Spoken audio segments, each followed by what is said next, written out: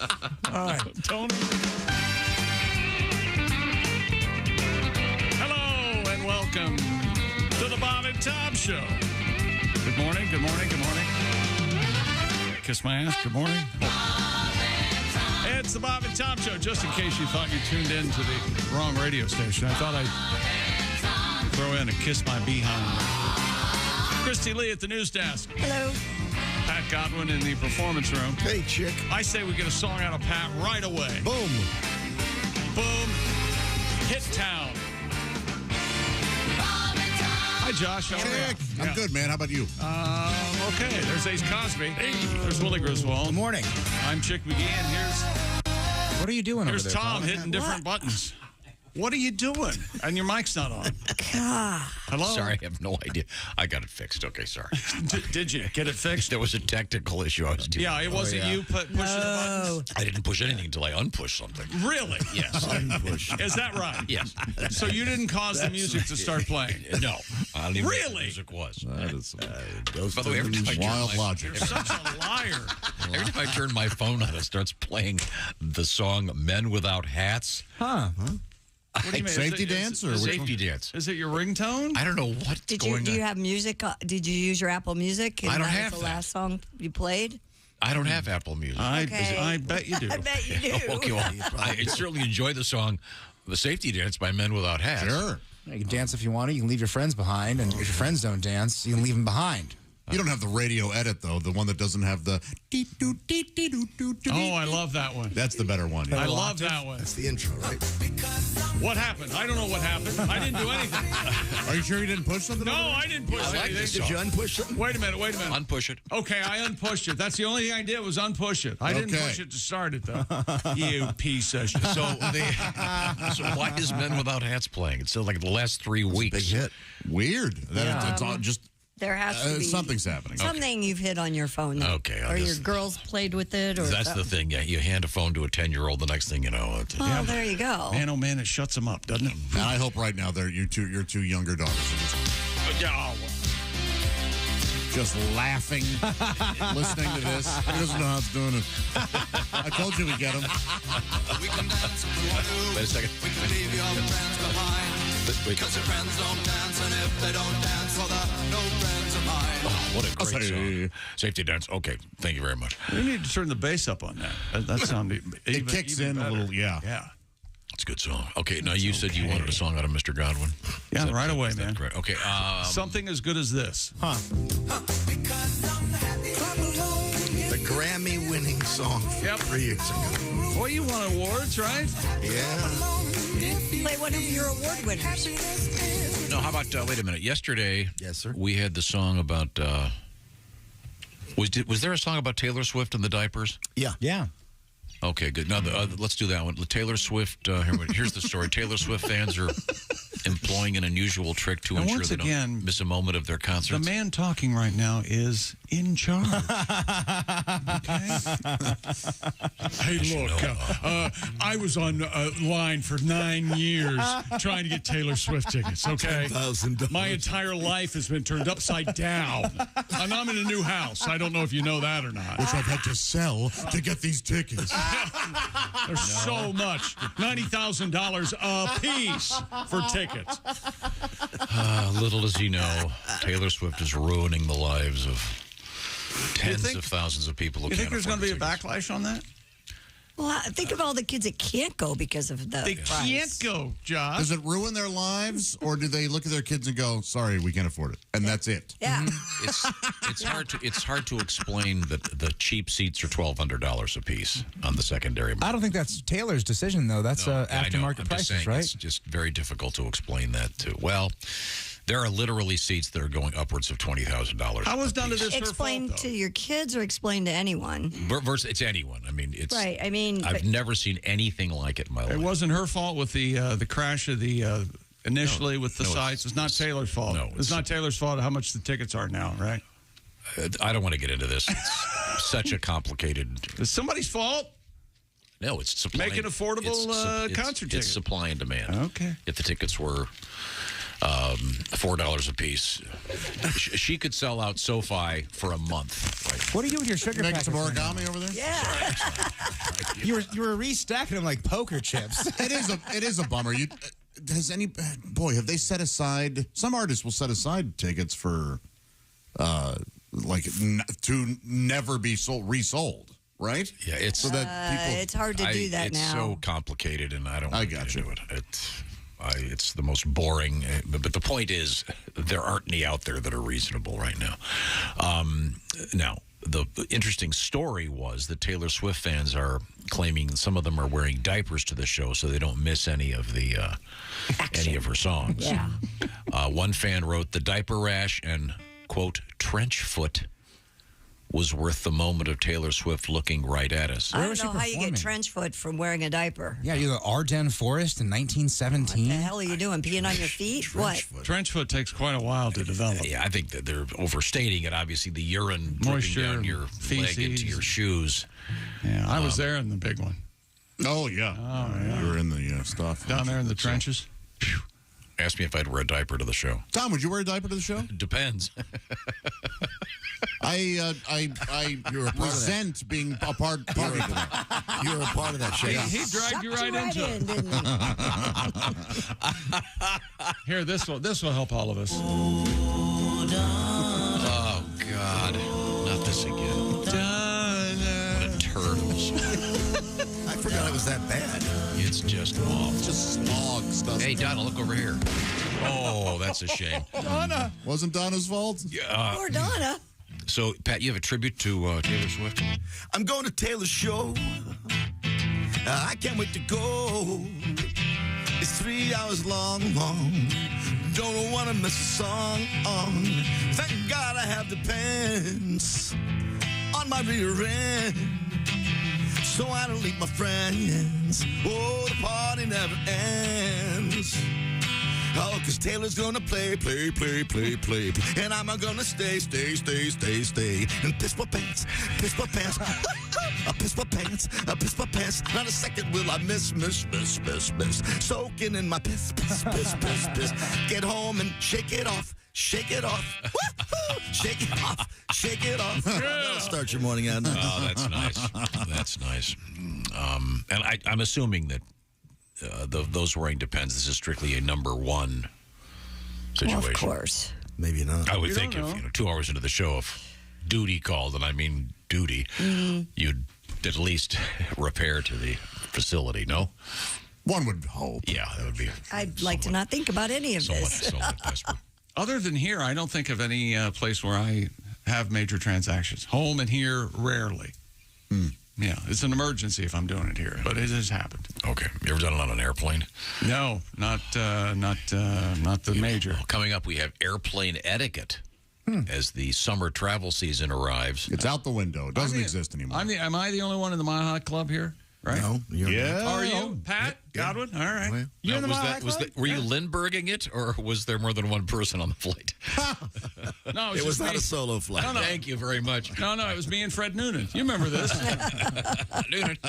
I said, Earhart, go check the luggage, will you? Coming up, we have some very exciting things. I want a little slight update on something called Gooch Grease. But right now, it's time to update you on the greatest thing to do for Father's Day. That, of course, is get Dad steaks. That's exactly right, Tom. Father's Day, boy, right around the corner, isn't it? Get Dad what he really wants. Omaha steaks. Perfectly aged, always tender, guaranteed delicious. The Father's Day experts at Omaha Steaks, they've made it easy to put a smile on the big guy's face this summer with hand-selected packages. Head over to omahasteaks.com. Use promo code BTS at checkout. Get $30 off your qualifying order. Packages can include, my friends, fork tender, bacon-wrapped fillets mignon. Oh, man, my mouth is watering just reading that sentence. Gourmet grillables, all kinds, air-chilled, boneless chicken breasts, ultra-juicy burgers, jumbo franks, so many more favorites. Get them all. Whether he's your father, father-in-law, father figure, he's the guy who was always ready to step up when you needed him most. Now it's your turn to step up for him. This Father's Day, show him the love with the only gift as unforgettable as he, the mouth-watering perfection of Omaha Steaks. Don't wait. Go to Omaha Steaks, and that's S-T-E-A-K-S, not S-T-A-K-E-S. This isn't for vampire hunters. Use code BTS at clarification. Well, it was. I got an email. That'd be. If you look in the mirror and don't see yourself, that's not Omaha Still Steaks. good with garlic, though. Yes, well, you got to be careful, though, with the correct. Anyway, OmahaSteaks.com, BTS at checkout. Get $30 off an unforgettable gift guaranteed to make old Dad's day. Because if there's one thing we know, it's that dads want steak. OmahaSteaks.com, code BTS at checkout. DADS spells steaks, Omaha Steaks. Thank you very much. All right. Also, coming up, we have the Cheers bar. Oh, yeah? Yeah, it's up and sold. And we have crocodiles, alligators, but a huge story about Cheez-Its. Stand by. You're going to be absolutely blown over by this one. And it's, Now, we'll hear about the alligators later and the crocodiles after a while. thank you very much. You're welcome. We got naked guys, the whole deal. This is the Bob and Tom Show. Bob and Tom. If you irradiate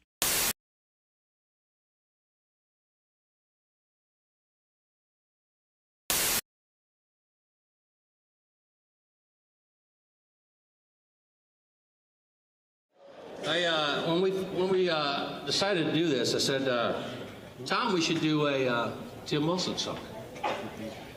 And this is really hard. I practiced and practiced, and man, I sucked. You just can't do a Tim Wilson song. So I took liberties with some of Timmy's songs and whipped a song together in honor of Tim.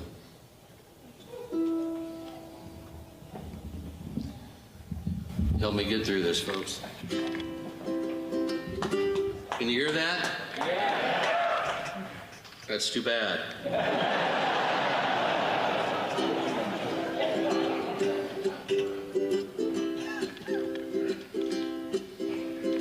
He really loved his trailer park a woman. Didn't care much for Dr. Phil. I'm sure he started the church league fist fight, and his ass got tired of Shaquille O'Neal. A big white hat with a black six-string guitar. Now the heavens have their newest star. Where's my jetpack, he would sing. Now he's sporting wings. And he taught Jesus Christ the booty song. We all thought he'd go to Chuck E. Cheese hell with George Bush, George Strait, George Patton, and George Orwell.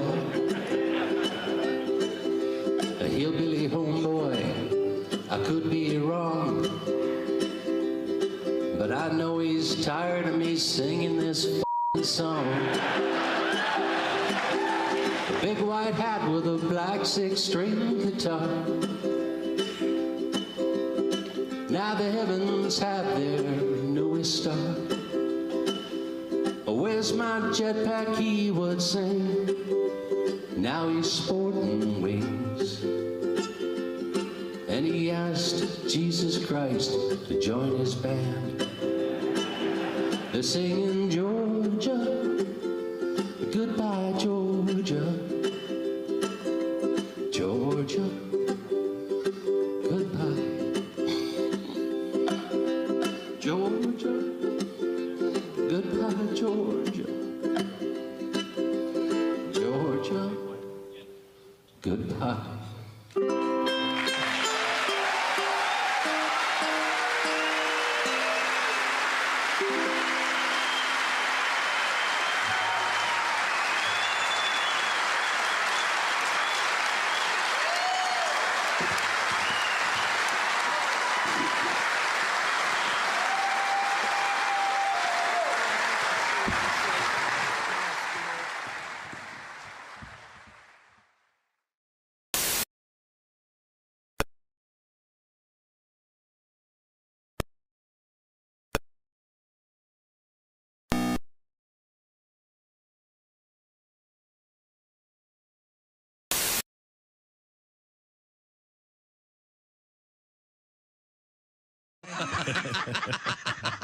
I love golf. I swing with one hand. I don't even use two hands. I don't care.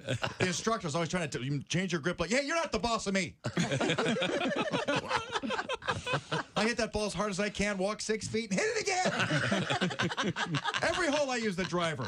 Par 3, I don't want to see a 7-iron. I let the big dog eat. I grip and rip it. I got the weight belt on. Steve's playing some golf, baby. You give me a golf cart, a 12-pack, and a lake, I'll show you how to have fun all day. You ever wonder how far a golf cart can go in a lake before it sinks? You ever wonder? 13 feet. I love golf. What a sport. It's a good sport. Hey, this is Frank Caliendo, and you're listening to Bob and Tom 24/7. Yesterday we were talking about hickeys. Yeah. I have a story for you. Which one of your daughters has one? No, nobody has hickeys, but we have death by hickey. Death by hickey? Mm-hmm. Were that me, I'm sure the officers would stand over my body and say, I have a feeling this is how he'd wanted to go. More chalk. Yes, because I'm so gigantic. My God. One stick of chalk would never be enough. We had to use a whole box of chalk to outline his. Look at him. He had to take his headphones off, lean back, and he's screaming with laughter. He's just an awful person. More chalk. Lucky numbers. Man, if that weren't funny, I'd be so mad. My most recent marriage was a disaster. It made the wreck of the Edmunds Fitzgerald look like a fender bender. Wow. Hello. And you remember Lord's famous line about gun control. Yes. The relationship taught me a lot. It taught me they won't sell you a handgun if you're crying. This is Bob and Tom 24/7. Hey, welcome back to the Bob and Tom Show. Christy Lee at the news desk. Hello. There's Pat Godwin. Hey, chick. We should get a song out of you at some point this morning. All righty. Oh, we just did get a song. That was amazing. There's Josh Arnold. Hey. There's Ace Cosby. Hey. There's Willie Griswold. Morning. I'm Chick McGee, and here's Tom Griswold. Well, thank you very much, Chick McGee. It's good to see you. We have a lot going on here. I'm just trying to get it all sorted out. There's so many directions to go. Coming up today, comedians Jen Kober and Reno Collier will be joining us. Speaking of comedians, we've got a bunch of folks on the road, a lot of road work ahead, including Mr. Godwin's doing his stint at the McCurdy's in Sarasota, Florida in mid-July. I mentioned this because is this where they're going to be recording you for posterity? Yes, Open Bar Comedy is doing my special. And this time they're going to have the sound on? They will. Okay, last year there was a technical issue. A little bit of an issue, yeah. Only me. Only I with the Pat. Is that true? It is true. Well, everything's all set. The only thing that could go wrong is the audio goes out. But what are the odds of that? Huge glitch for an hour. Yeah, I'm helping the show with like test 1, 2.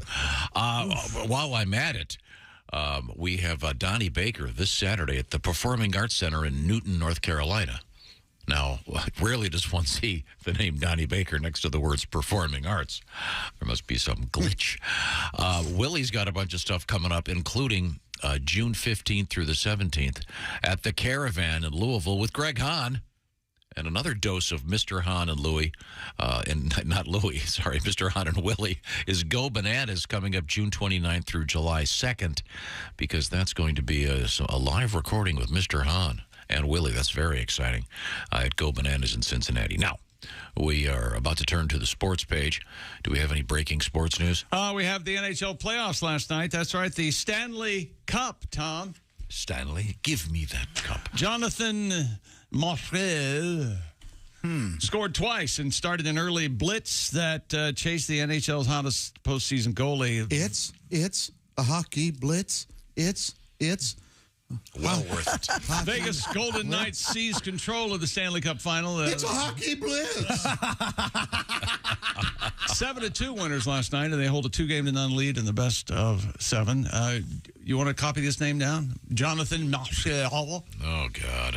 It's Jonathan. Yeah. M-A-R-C-H. March. Yeah. E-S-S-A-U-L-T.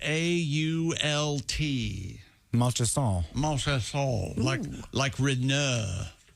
The Renault Alliance.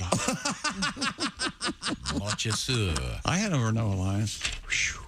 That was some car. Yeah? Did you like it? Did you enjoy it? No. Had fun driving it, Didn't we actually have that crushed at a Yes, they event? paid me. They paid me for it, and they crushed it with a monster truck. Didn't you get to knock the windows out? I did. What was the name of it? Was the monster truck like Volvosaurus or something? I think it was Volvosaurus. Yeah, it crushed and entered my Renault. That's right. Oh, wait a minute. No, it crushed and entered a Volvo. Wait, what was it again? Big Peter. It was like Bigfoot, except it was a big phallic. I was told we can't talk about that. More of a bus. Yes, I'm sorry. More of a sort of a bus. The Kansas City Chiefs world champs were at the White House yesterday, and they got all the pomp and circumstance. And, well, pomp anyway. Well, circumstance, I guess, is why they were there. But I don't know if they played pomp or circumstance, as they invited the Chiefs up on the stage to spend some time with the 46th president of the Do they United always States. play the presidential theme when he walks in? And here he comes now. Oh, no, that's not Hail to the Chief, is it? Just a reminder to him of who he is. Hail to the Chief. He's your friend and your neighbor. I mean, what else would they play, though? They can't really play, like, Dirty Deeds when he walks out. I'd insist on it. They should play that. That'd be awesome. But do they... Thunderstruck. I think it's pretty cool that everybody has sunglasses. That's kind of cool. Oh, that is cool. Because why does everyone have sunglasses, Tom? Because they look cool. No, the sun never sets on the cool. Oh, of course. Yeah, but I mean, they're outside, so it's a little more valid. All right, don't be snotty. Well, Biden always wears Ray-Bans. Yeah. He should start handing those out to his guests. Do the Ray-Ban people, do you think they send him to him? I hope. Do they have the presidential seal on the temple? That'd be great. That would be cool. You can order a personalized Ray-Bans. You can have your name put on them and all sorts of stuff. Yeah. Really? Wow. Huh. And he has Ray-Ban bifocals. It's a really cool thing they made just for him. Is that right? How nice. They might be prescription sunglasses. No, yeah, I'm not trying to... Sure they are. He's a man of a certain age. Does he wear glasses? I don't think he... I don't think there's no way his eyes work fine. Sure. What? I thought like all 80-year-olds needed something. Here's Hail to the Chief. And you guys are wondering if it ever had words. Yeah. Well, here they are. Hail to the chief, he's the chief and he needs hailing. He is the chief, so everybody hail like crazy. Hail to That's the wonderful Jack Lemmon from the movie My Fellow Americans. Oh, yeah. Jack Lemmon and James Garner. Yeah. Hail like crazy. He probably, I know he had hair plugs, so he probably had LASIK at some point. And he got the jersey, number 46 on it. That's right. Why 46? Because he was running back in 46. I think he's the 46th president. That's exactly why that number would be. Yeah. I didn't know. They've had to retire a few numbers, by the way. Is that right? Yeah. They impeach a few numbers. I'm not aware. Assassinations and other unfortunate, unplanned. Unplanned. No, those assassinations were very planned. Well, you can't have planned. You can't have planned assassinations. That'd be a mess, right? Or maybe you could. The grassy knoll, the Frenchmen, the triangulation of the shots. Oh, look it up. Fake. It's all there. It's like David Chase. It's all there. The NFL is having a very tough time finding a team for Hard Knocks this year, and that's because half the teams eligible to be on the show don't seem to have any interest. I don't think they've ever had any interest on wanting to be on this show because NFL teams are, I don't know, busy trying to get ready for the season. But the NFL calendar has now hit June. Let alone one throwaway joke in a locker room, all of a sudden, exactly, you're done. Here it is, the beginning of June, and no team has been chosen. Last year, the announcement for the Hard Knocks team was made in March. And this is the Hard Knocks formula. A team doesn't have to be on the show. They can refuse if any of the three rules apply below. Are you ready to listen? I'm listening. And not ask a question. These teams don't have to participate. Number one, they have a first-year head coach in place. Is everyone clear on that? Colts are out then? First year, so the Colts would be out. Very good, Willie. Yep, I'm just worried about me. I'm being selfish. Number two, they have a playoff berth in the past 2 seasons. They don't have to be on Hard Knocks. Okay? Okay. And number three, they have appeared on Hard Knocks in the past 10 years.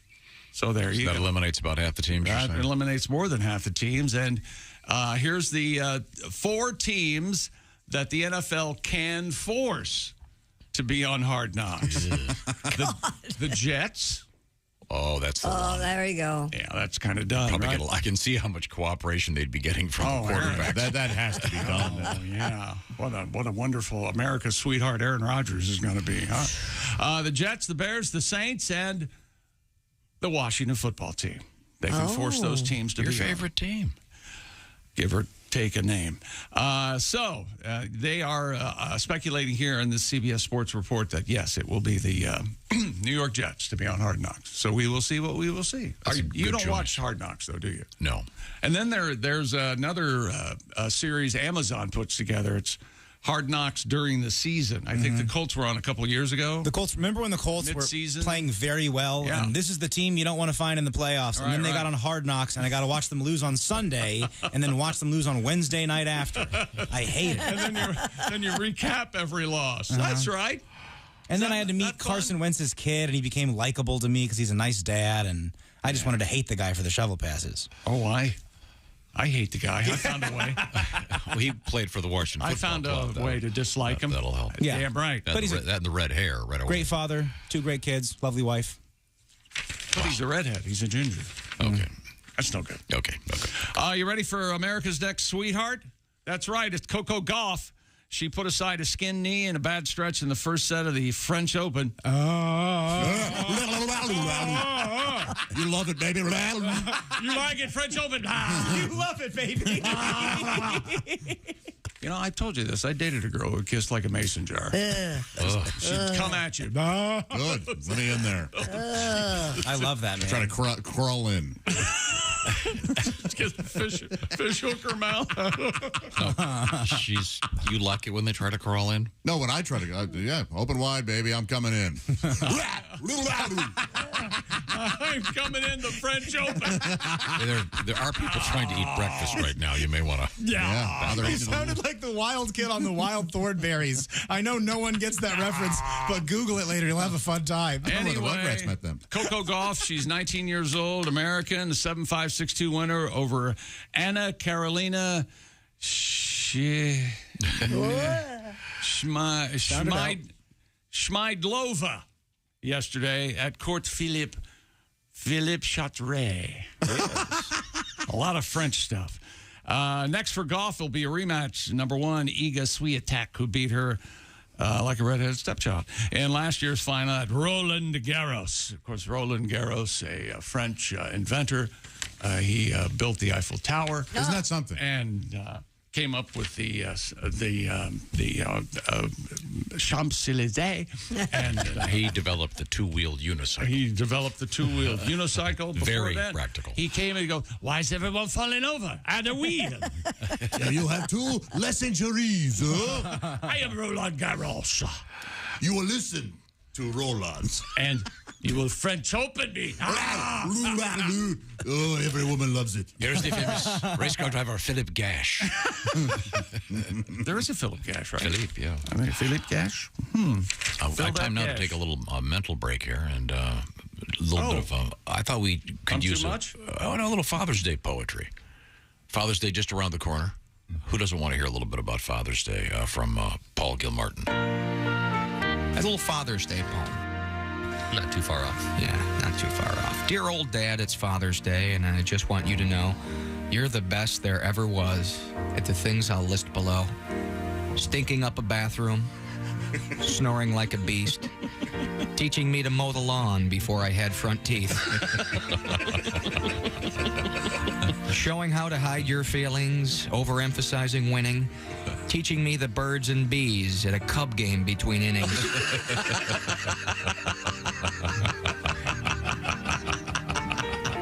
Turning off our cartoons for news and Meet the Press. Picking a vacation spot where clowns would get depressed.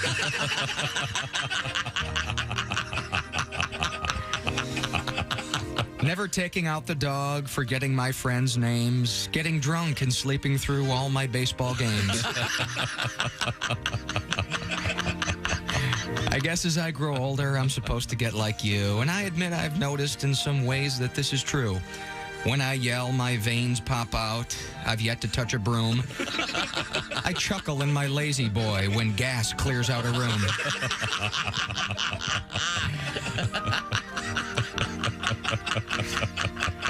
But one thing you won't catch me do, as long as I can breathe, that's wearing shorts around the yard with dress socks to my knee.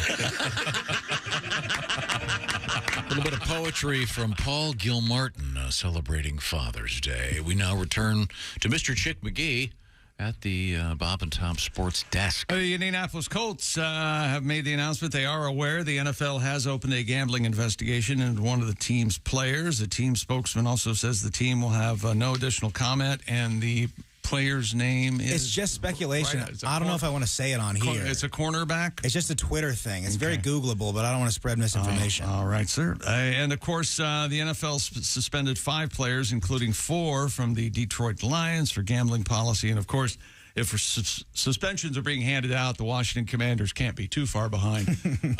One of my favorite players who's yet to see much of the field, Shaka Toney, defensive end. He's been suspended. So Shaka Toney. Oh, we haven't played this yet this morning.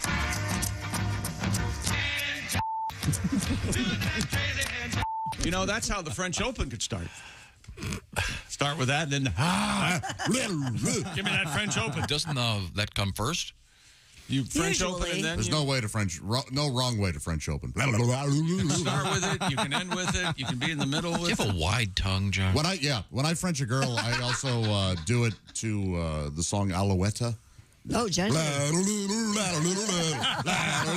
Look how wide his tongue turns every girl on. You do have a wide tongue. It's really gross. Oh, I can hit everything at once, baby. Do you make the noises while you do it? That's what turns them on the most, Willie. Now, if you're doing the Southern Boogie with your mouth, do you... Southern Boogie. What's the Southern Boogie? Southern down Something south. no one's ever said that he thinks is... Okay. Yeah, I'm just trying to be delicate. I see. Do you sing Alouette, or do you have another... Do you do the alphabet? Do you have a technique that you do? He just said that he sings Alouette. No, that was... When I kiss. Oh, my God. Do you do the paintbrush? I can get it all at once. Yeah, oh, yeah. Tom, have you ever done the paintbrush? You got to do the paintbrush. Yeah. Oh, yeah. Now, you're saying that you paint with vertical swipes? Oh, up and down, sure. Up and down. You ever paint sideways? Oh, yeah. You know, you get down there. Ever do the roller? Mix it up. You start... What's the roller? I am really getting uncomfortable right now, Willie. Uncomfortable or hot? No, I'm into this. I do the Jackson Pollock. I'm just spitting on that thing. I'm doing whatever comes out. Yeah! It's getting crazy when I go down there, man. It's all improv, Willie. Yep, I'm like Andy Warhol. I get the Campbell soup involved. Right. It's nuts. Fellas, if you're not doing it, you're missing a whole world out there. You sure are. You know? What do you say, the alphabet in French or something? Just Nope. You don't. I don't go in with any plan. You listen to her body. Oh, listen to you. And that's You're so sweet. It's like jazz. It's and like always save yourself for way at the end, because if it happens before that, you lose interest and you don't give a damn. Yeah. You could care less. good to know. Get away from me! Don't touch it. Is this still? Are we still on the French Open, or is this hockey? I don't know. Ow! It hurts. Ow! Ow! I want to say hello to Nathan, who the hot dog magnet. While traveling in the Northeast, passed through a place called Athol, Massachusetts. What'd you call me? Athol. Yeah, we. There's more than one Athol in this country. Oh, boy, we've proven that. You're telling me. Athol from sea to shining sea, Tom. Nathan, thanks for listening. He's enjoying the show while driving. We certainly appreciate that. Now, give me the sports teaser. A heartwarming story in golf that I guess I have to do, and a story about something that really irritates me, and you probably don't know about this. I detest the idea of pen pals. Oh. I hate it. I'm with you. I don't know how it started. Sprung on forced upon us as kids. I don't know when. Here, you could be pen pals. No. Leave me alone. I don't want to be pen pals with Giuseppe in Czechoslovakia. No, especially Giuseppe. Guys. Giuseppe? How did he get the Czechoslovakia? I don't know. Shut up. You be a pen pals with who you want. Okay. And coming up, Chick, an email for you. Right. Does this person love you, and are they a giant fan, or do they hate your festering guts? We'll find out. I can't wait to find out. Yes. Always like the name Uncle Fester. It's so subtle. Right now, to change the topics completely, the summer is here. It's time for some great eating. Of course. Lots of barbecuing, lots of fun stuff. HelloFresh says, hey, why waste your time at the grocery store? We can help you out. HelloFresh, they do the shopping, and they do the measuring, and the kit arrives. You put it together. We're talking about great food, and right now we're talking about 16 free meals. Details at HelloFresh.com/BTShow16. What kind of meals? Well, let's see. They've got chefs every week, 40 recipes to choose from, including the new Fresh and Fit summer menu, including Calorie Smart and Protein Smart lunches and dinner options, some of which you can put together in 10 minutes. We're talking about farm to doorstep quality from HelloFresh in each box.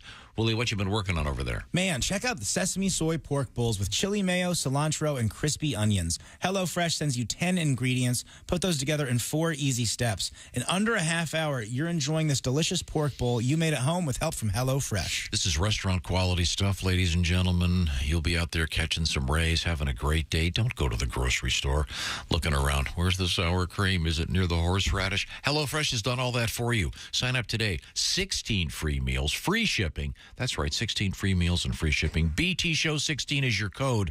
HelloFresh.com/BTShow16 to take advantage of this special offer. BTShow16. HelloFresh.com/BTShow16. Coming up, interesting news about Cheez-Its, of all things. Plus, world records. We got Spider-Man information, Legos in the news, airplane etiquette, and Did you folks. say Spider-Man? You did. I enjoyed it. Spider-Man. Spider-Man. Oh, I thought you meant Spider-Man. Spider-Man lives on Long Island. The accountant. He's an accountant. Yeah, with great accounting.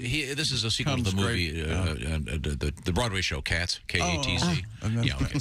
This is the Bob and Tom Show. Text us at 888-26.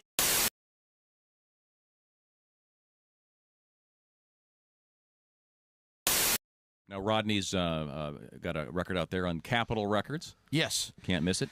It's called Morning Wood. Morning We're Wood. just kind of sticking with the theme. It's Hanging with Rodney, Morning Wood, and then Nutsack. Just kind of working our way down the trilogy. It dawned on me this morning how Yep. I've made a living for 13 years talking about everything underneath my belt. Yep. Mm-hmm. And hey, what the hell? I'm glad you said hell. Yeah. I apologize. That's all right. Rodney, we got plenty of time. Do you want to work another one in here? Yeah, here's one right here. This one's called, I think, you guys, is that the one we're talking about? Okay. You guys want to play the intro? I don't want to. They get a little irritated when I don't let them play the intro. They don't really like the way I do it. Let's just go right to the words. Go ahead.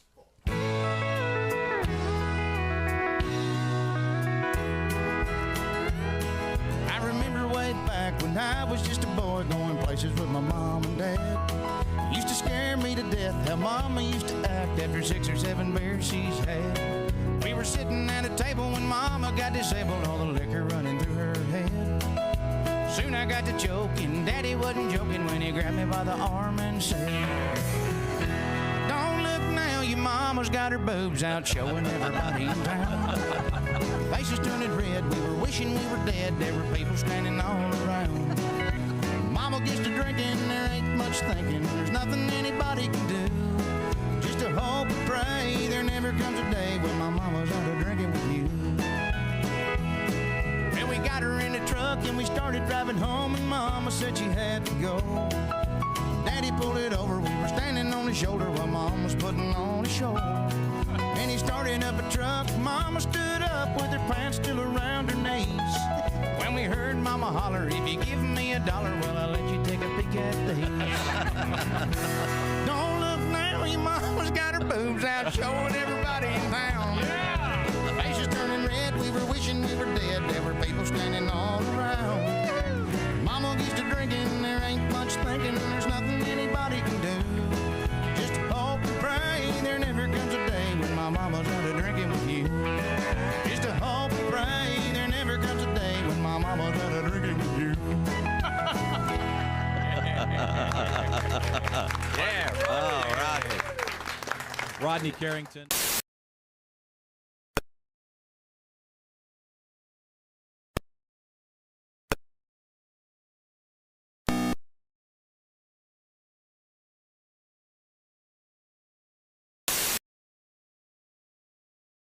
headset that will place its users between the virtual and real world. After years of speculation, Apple CEO Tim Cook Monday hailed the arrival of the sleek goggles dubbed Vision Pro. At the annual company's developers conference in Cupertino, California, the Vision Pro will sell for $3,500 when it comes out early next year. And that's your news. I'm Christy Lee. More of the Bob and Tom Show on the way. Ladies and gentlemen, Bob and Tom. They say that feelings fade away just like the morning dew. But honey, they don't understand the way I care for you. And even in our golden years, we'll never call it quits. When we're old and wearing diapers, wearing Depends with benefits. That's all I have so far. That one, I'm sure she was thank touched. you. That one's called I Won't Let You Change Me. It's a brand new. Bob and Tom in the morning and highlights all day long. The Bob and Tom Show, weekday mornings at 6 a.m. Eastern on Bob and Tom 24/7. Essential morning radio. All day and all night. This is Bob and Tom 24/7. 24/7. I'm sick of being sick. I've been in my bed all week. I feel like dick. I'm sick of my TV. Now I'm hooked on all the soaps on ABC. I try to read a magazine or hear the radio or watch the Bad News Bears again on HBO.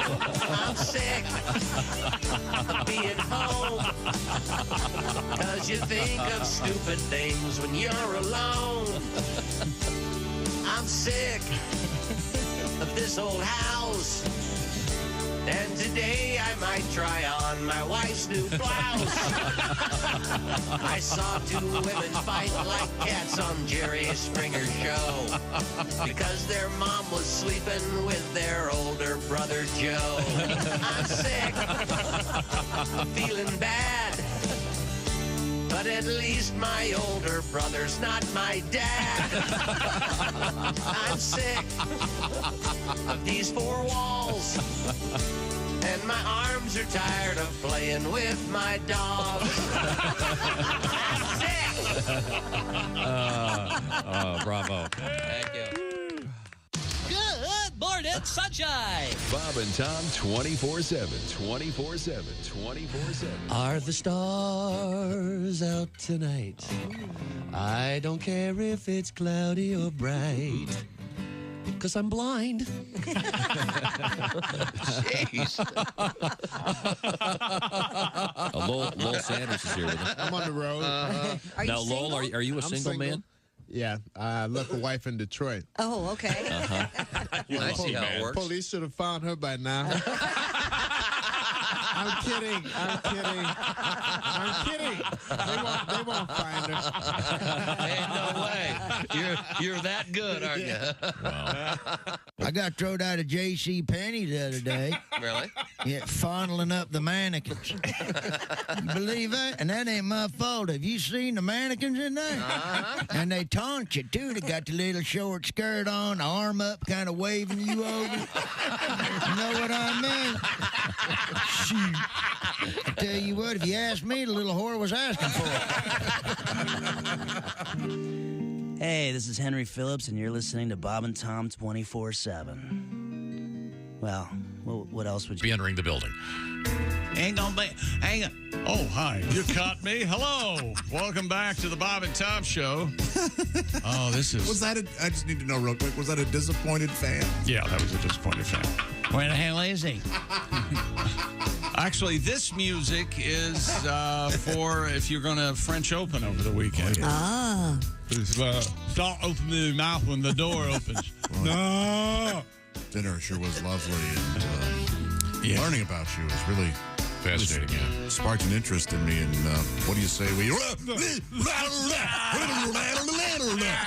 I have never faked. I can see how much you love it. I have never faked listening to a woman harder in my life. Always just remember, repeat the last 4 words she said if you've stopped paying attention. Is that the key? Yeah. How many times, not have you, but how many times have you been out with someone and you're thinking in your brain, oh, this is no good. This is no good.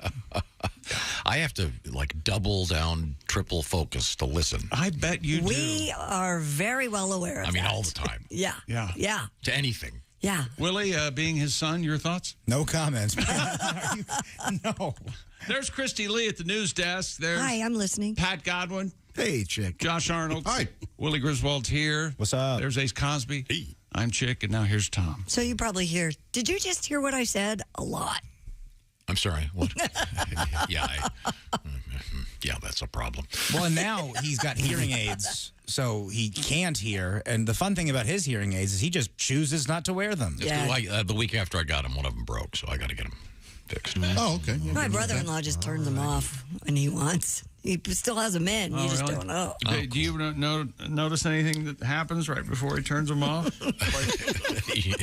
like you visiting or something? No, not me. Your lips start moving. And It's not me, my friend. okay, sorry. Girls start talking. He turns them off with a letter opener. Tom, I can relate. My hearing aid broke. I sent it off to get it fixed. Haven't heard anything since. Can't sneak one in like that. I believe you. Is that ad-lib brought to you by Omaha Steaks? I don't know. Maybe the next hour. Okay. All right. That's fine. There's a great movie that features that letter opener scene, actually, kind of, sort of. It's that the lead character doesn't say a word for the whole... It's like a Swedish movie or something, the Sisu or... Oh, I haven't seen that yet. I want to. It's an action movie. I've heard that for those of you who don't think there's enough action in the John Wick films, watch this. This is for you. Really? Yeah, it is Sisu. S-I-S-U. Okay. Yeah, please don't spoil the letter opener. And if you're not familiar with John Wick, I believe in the last movie he has 25 lines of dialogue. That's so awesome. Crazy. They are awesome. Yeah. Whoa. Here you go, Tom. This will make you want to watch it. During the last days of World War II, a solitary prospector crosses paths with Nazis on a scorched earth retreat in northern Finland. Oh. The soldiers decide to steal his gold. That was their first mistake. Yeah. Yeah. I'm in. Yeah. And they find out he's no ordinary miner. Okay. He's well above 18 years old. We have news from Finland coming up this morning. Is that right? Yeah, we do. You waiting to do an hour? Or do you want to finish with it? Oh, nice. What did you think of that brilliance, Christy? That was pretty brilliant. Thank you, my dear. Yeah. Wittier Left than me funny, but good.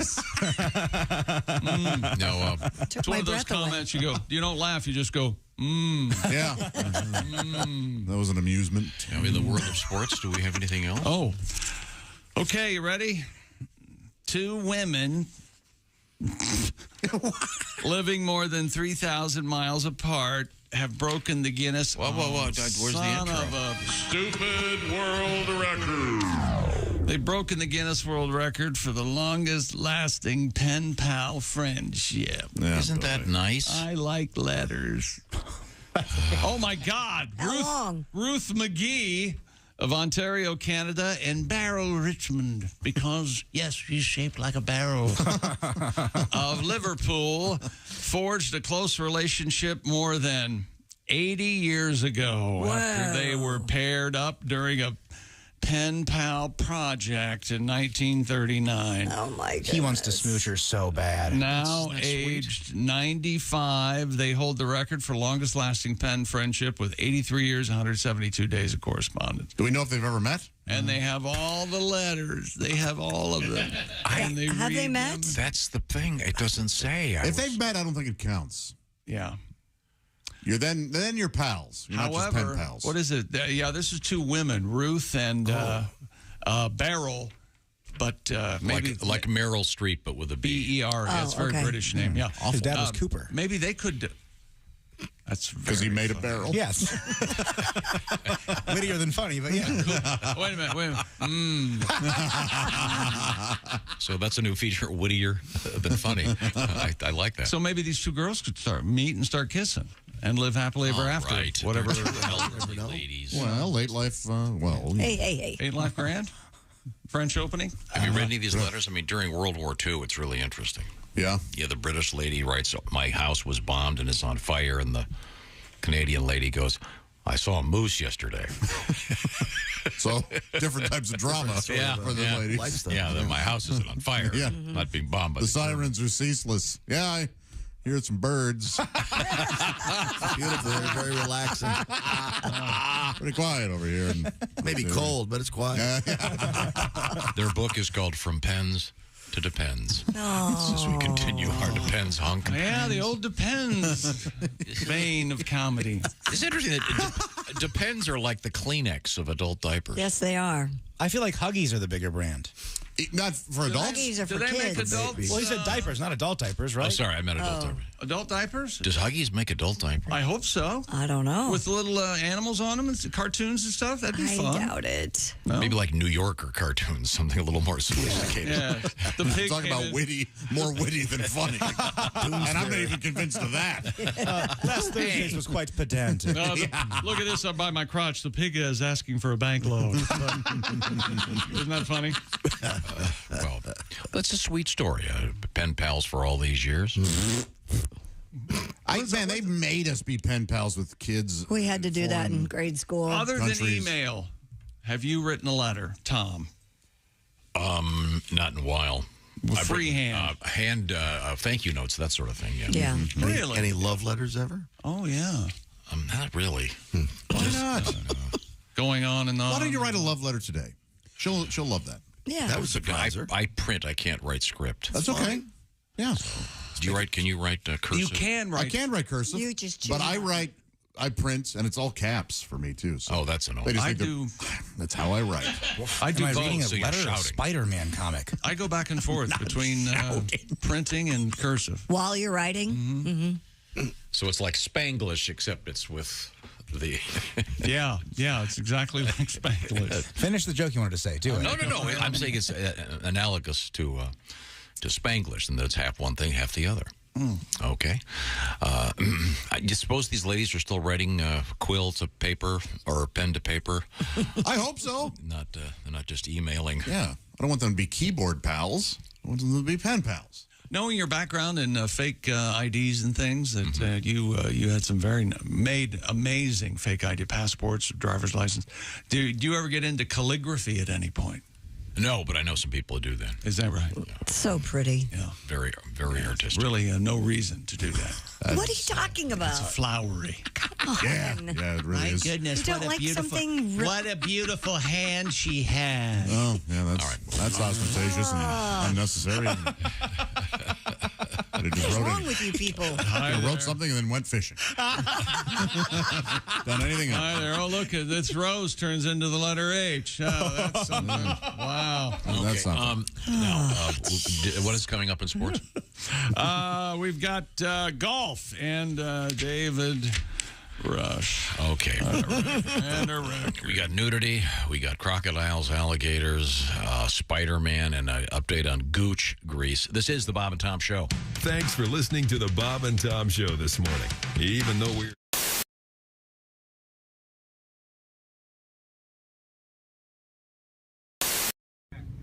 I'm in Bob and Tom's studios. April Macy was on Bob and Tom today, and I probably know more about what turns her on than anybody I know of. She's trying to play hard to... Oh, Eureka's! I swear to God, she is fire-ass hot. Hi. Remember me? I do, unfortunately. Don't worry about that restraining order, because that's expired now. But you're famous. You've been on TV before, and I'm sure you're used to the porkerazzi coming in taking pictures. I swear to God you are. Oh, please don't say porkerazzi. Porkerazzi. You don't carry pepper spray anymore, do you? Because It's so uncomfortable. It's very uncomfortable, your porkerazzi. Well, the last stuff you carried stung a little bit, but you are from head to toe. You want my pager number, maybe? Is that something you might perhaps be interested in? Pretty lonely. Okay. I tried to hit you up on Kristen Mingle, but your profile picture didn't really reply to what I had, so... Yeah, you can go on JDate if you'd like to see me. Go on J date? Okay, I swear to God I will. I know what the J stands for. I had tennis elbow doing that all through high school. I'll see you, April. Bye. Sexy thing. Oh my God. What do you want to hear? Well, I was thinking what song is it you want to hear? I was thinking since it's summertime. Yes. And everyone's watching baseball, playing baseball. You have do you know your softball tribute? Yeah, I can try to get through it better than I did the other one. Church League softball. Let's pull the key up. Great idea. There we go. Church League softball fist fight. Getting washed in the blood on a Tuesday night. What would Jesus do? Lord, he wouldn't do that. Knock hell out of a preacher with the softball bat. Well, the swinging shepherds from the sheep of the Savior were tied with the Sourwood Church of Christ, an example of some highly unholy behavior in a game that had already been protested twice. Something unbiblical must have been said for them to be aiming heat at a minister's head. Clocking the clergy ain't the thing to do, but neither's the high hard one on a 0-2. Church League softball fist fight, a bloody laying on of hands neath the left field lights, knocking out 4 teeth, getting a busted lip, ain't exactly my idea of Christian fellowship. Church League softball fist fight, rolling around the pitcher's mound, it just don't look right for nice people from the church and the Sunday school class to trade the cup of brotherhood for a can of whoop ass. Thank you, Tim Wilson.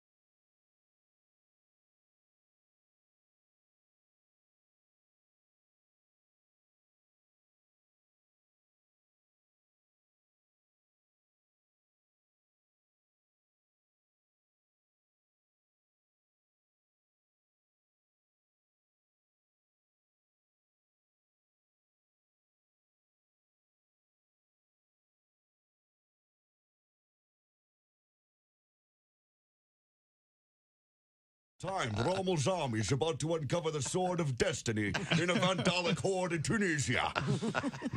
Look, I can't just go chasing after some sword all the time. It's not just any sword, Junior. It's Balmung. Balmung, the legendary sword of Siegfried. Bestowed by his widow upon Theodoric the Ostrogoth before the slaughter of the Burgundians. And then lost for 1,000 years. Class is like, I don't know what he's talking about, but yeah, go find it. Go save the world. We'll be here when you get back. We'll be at the bar or the speakeasy or whatever they had back then. You know? Perfect. Class is partying afterwards. Hey, man, what did I tell you every semester?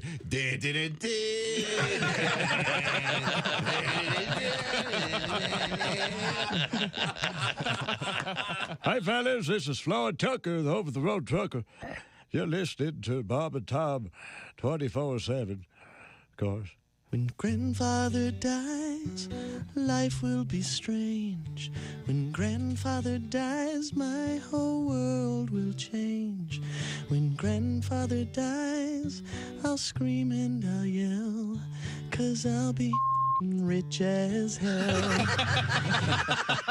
And then I figured I didn't need to write anymore. Jimmy Schubert is our guest. Any other interesting news headlines, Christy? The FBI has identified the source of the virus-like blaster infection on the internet.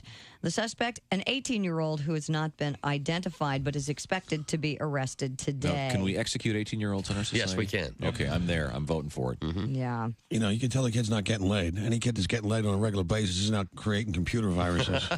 How true. So it's basically, that's a sex education in high school. All they talk about are diseases and things you can catch, and the girls stop putting out, and kids hole up in the room and create a virus. He's going to be receiving a different kind of sex education, I hope. Yeah, his baseball hat and his dirt button are going to be the same size once I get done with him. This kid's going to be able to do deep knee bends over fire hydrants. Can I tell you something? Hey, my mother used to chew her toenails No way. in front of me. Oh, God. Oh, boy. Clothed or not? Clothed. Oh, thank God. that is a visual. Poor Bob has lost it over there. A little best of right here. Right here. That would be, Totally naked. I How did you even think of that? You would get, See anything you like, boy? I think you remember get that. free psychiatry for life, free Prozac, whatever you government want. program for that. We are going to fix you. How about it, boy? See anything you like? You can imagine the twisting that would be There's a involved. lot of people who can't even do that. Okay. She was very limber. Show's over. And Jesus said, take this bread and eat it. It is my body. And the disciples said, Jesus, we're all on low-carb diet. We appreciate you dying for our sins, but we're all trying to slim down a little bit. We want to look good in the painting. The man. Welcome back to the Bob and Tom Show. There's Christy Lee at the news desk. Hello. There's Pat Godwin in the performance room. Hey, Chick. There's Josh Arnold. I have an email here expressing love for Chick or vitriol. Hatred? Oh, vitriol. There's Ace Cosby. I can guess which one. There's Willie Griswold. Aw. Now that hurt. I'm Chick McGee, and here's Tom Griswold. Well, without any further ado, Josh apparently has an important letter. This comes to us from a Mr. Briggs. Isn't that a Yes. good- it's a strong Dan last Briggs name. from Mission Impossible? Yeah. Mr. Briggs. He says, Chick's joke earlier in the show. Yes. We'll talk about the alligators. This is a quote. We'll talk about the alligators later and the crocodiles after a while. Yes. Went vastly unrecognized and unappreciated. It happens all the time to geniuses. Mr. Briggs. Oh, no. It was recognized. Briggs continues. Yes. Now that I think about it, Chick goes vastly unrecognized and unappreciated. Well. He's such a bright spot on the show. For the rest of you, please Bright try spot. to step up your game. I'm like that. I'm like that spot on your lung X-ray. Kind of a bright So spot. there you go. So, Chick, thank you. This is coming from me for making us better. Well, thank you, Josh. I appreciate it. The people love you, Chick. Thanks. Just What was love the you. joke again? Thank you very much. You said something about alligators. We have a lot of alligator As news. you Alligator continue to and crocodile. use Yes, the we word do. teaser as a noun, and it's not. But You'll find it in so any I decent said dictionary. we could hear It's a alligators. standard broadcast term. I don't know if talk you're about familiar with alligators professional later. broadcasting. You'd be- And crocodiles after a while. That's all I said. If I could be allowed to broadcast That's for very 5 nice. seconds. In the world of You I love when somebody's talking act about jokes. talking about professional broadcasting as they're talking over another person. all right, asking questions you don't know answers to, breaking laws of left and right for broadcasting. So many rules. Went through 3 red lights this morning, and I'm proud of it. Yeah, you. So do you scofflaw? Do you at least make an effort to slow down, or you just blast right I through? don't know. It depends on where I am. When you lived close to here and only had to make right turns, it was one thing. But now you're just, menacing, parading through the city. You're going to hurt someone. No, there's no one. It's no one there. It is. I'm sorry, Will. It's a farther drive. A genuine concern. Yes, on your he's It's very. 3:30 in the morning. There's far I'm not going more- to sit through that left turn signal that never goes. Yeah, do I need to explain to you what time bars close? You need to be careful There's out no one there. out there. Any enterprising, possibly a young go-getter on the police force might want to find out where you live, which would probably be very easy, and camp out and wait to give you a ticket. Chick, if I said, hey, you'll never believe this. Tom was pulled over, arrested, and they thought he was resisting, and boy, did they beat him up. I've got video. Yeah. How much are you willing to pay? You know, oddly enough, I don't think I could watch it. Oh, I don't think I could. Josh, I know. I understand. The only thing that was surprising about that was that you said, you're never going to believe this. Because I would believe that so easily. These lights aren't even near my house. Could we get on with sports, please? Now, follow me here on this story from Columbus, Ohio. Franklin County, my hometown. Victor Hovland didn't have much time to celebrate the biggest win of his career over the weekend. He won in Dublin there, the Memorial Jacks tournament, here in $3.6 million. Then he went 36 holes as a caddy in U.S. Open qualifying yesterday. That is a true gentleman. How about that, That Tom? is a true gentleman. Hovland was on the bag, as they say, for Zach Bashaw, his former roommate at Oklahoma State. They're Cowboys. A looper? A jock? That's right. This was not planned all that far in advance. Hovland agreed Saturday to do it after a joking request when the long day of lugging the bag was over. Hovland, the bag still over his shoulder, stopped and posed for photos with some of the spectators. That's cool. That is cool. What a great friend. Mr. Wonderful. Yes. Isn't he nice? Great. I think he should get some sort of an award from the government for being such a nice guy. Something. Why are you turning on this guy? Yeah, something sour about I'm this? saying, From your hometown? He's not from Columbus, Ohio, though. Probably from Michigan or some lesser state. Really? And look what time it is. Stupid world record. Oh, we did have a quick request for this. We did? These are the foxes? Those are owls and things at my house going crazy. Someone asked to hear that? Yeah, let me hear that again. Who? I think they're on. Made it worth it. How about a song? Anything. How about a song? No, it's Stupid World Records. David Rush Again. has broken the Guinness World Record for the fastest time. He needs to stop this record. What's he doing? These are dumb. 80 pounds hand to hand 100 times. Oh, yeah. We don't have to do them. We don't have to do them. That's true. And now, get a load of this. He calls this, it's part of his fastest to move weight series. Ah. David broke the latest record with a time of 21.19 seconds, beating his previous record of 32.66. He shattered it, Tom. Shadooby. Now, what exactly is he doing? I don't He know. bends over and he has a weight, an Right. 80-pound weight, and then he Right. transfers it hand to hand. And he tries not to shat himself. Yeah, that's the big thing. Yeah. Don't prolapse. 80 don't pounds, 80 pounds hand to hand. Uh-huh. Or as you call it, Josh, playing with your balls. Yes, I am seeing a doctor. Let me tell you something. If one of your testicles weighs 80 pounds, see a doctor. Yeah, I'm going. You ever see that guy that is the wheelbarrow? Yeah, elephantitis. That's Is that what they No. call he it? can sit No, on his no, own no, no, no. He wears a hoodie upside down, and the hood Yeah, I think he's carries his balls. I think he He's may no have, longer. He may Is have, he not? I think he may have left. Yeah. Oh, Well, Oh, that's an honorable way out. yeah. I was at his funeral. Actually, I was one of the ball bearers. problem. See again, and you didn't want to do the story. Thank you, guys. Thank you. There you go. David has also broken the. This is the 80-pound. Now he has the 20, the 40, and 60-pound versions of the record. Is there a 100-pound? I am not reading any more of these. These are dumb. Is there a 100-pound I hope not. weight? And you think this is cool, and you see the video, and he's got a GoPro on his head. You know what? You know, like, remember the old Dr. Kildare with the mirror thing or with the band in his head? Hey, you're the one that has that for your hat. Hey, Willie, you remember Dr. Kildare? You remember that? But I do remember that old Casey. visual of that silver thing? circle. Like Marcus that Welby. thing? It was to put light, reflect light, where right? you were looking. Yeah. It's like the dentist has the special light. Yes. Doctors back then they would wear like a headband with this mirror like thing on it, and it would be. This is how long ago it was. They hadn't invented smaller light bulbs. Exactly. Yeah. It was meant to refract or reflect. Before the 1940s, doctors weren't doctors. They were just weirdos that wanted to cut stuff off and put slugs on you. They didn't know anything. Smoking. Yeah. At the turn of the century, if you had suffered from migraine headaches, this is true, you would inhale steamed mercury to get rid of your headaches. Now you just have to live in the right place. And Look you it get to up. do that. Okay, a closed circuit to Mr. David Rush. Okay. I'm a big fan. I was just going to say we need to talk to him. I'm a big fan of Get caught Hollywood up. Hannon, especially.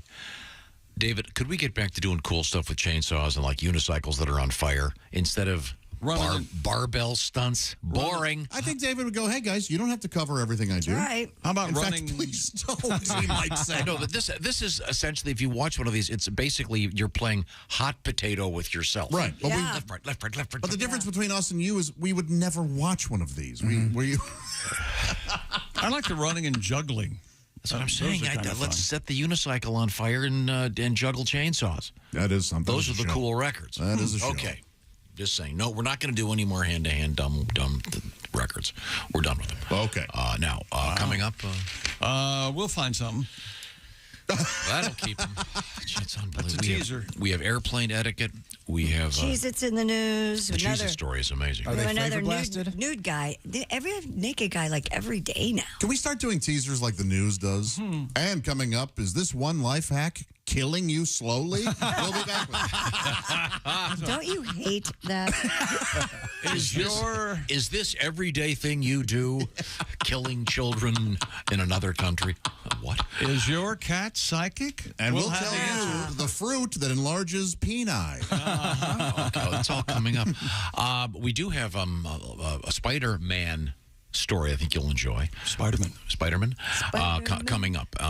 Right now I want to remind you that the Bob and Tom Show is brought to you by BetterHelp. What's that all about? Well, it's about therapy and getting some balance in your life. It's easy to get caught up in what's going on in the world. There's so much going on. We're all overstimulated. There's just too much of everything. You got to get back to yourself sometimes. That's where therapy can help you find the tools to gain that balance. Where does BetterHelp come in? Well, it can connect you with a licensed therapist who can help you with your journey of self-discovery from wherever you are. And the interesting thing about BetterHelp is this is all done online. So it's extra convenient, extra flexible, and of course it suits your schedule. So if you're thinking of starting therapy, give BetterHelp a try. You'll find them by going to betterhelp.com/BT show. That'll knock 10% off your month if you add that /BT show thing to betterhelp.com. That's BetterHelp, H-E-L-P, betterhelp.com/BT show. By the way, if you're wondering how it works, you'll take a short questionnaire, get matched with a licensed therapist. And by the way, you can switch therapists at any time for no additional charge. So take care of yourself. BetterHelp.com/BT show. And you were making fun of me for my teaser, if you will. Coming up in sports, sort of. Josh, read my teaser for me. 5 foods that increase penis size naturally. There you go. All right. Come back with that. Okay. 5 foods. The source on that is... the internet. Okay. Then it has to be real. You're we damn all know right. that. This is the Bob and Tom Show. Hi, this is Kostaki Economopoulos, and you are listening to...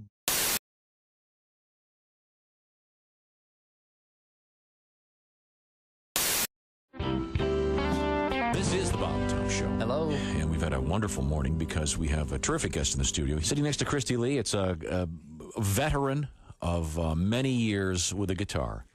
A guy who... I thought you were going to say bottle. I can't, Pat, I tried. Well, this is why I get the reputation of being the dick in the show, but no, I'm trying to do something nice. No, you are the dick on the show. Oh, yeah. Who put the dick on the show? I blamed it all on me. See, this is... I'm not going to say anything until I'm introduced. Oh, I'm sorry. It's Pat Daly is here with us. Thank Pat. you. Good morning, everybody. Nice to see you. Hi, Pat. Now, Pat, Frank, good to see you.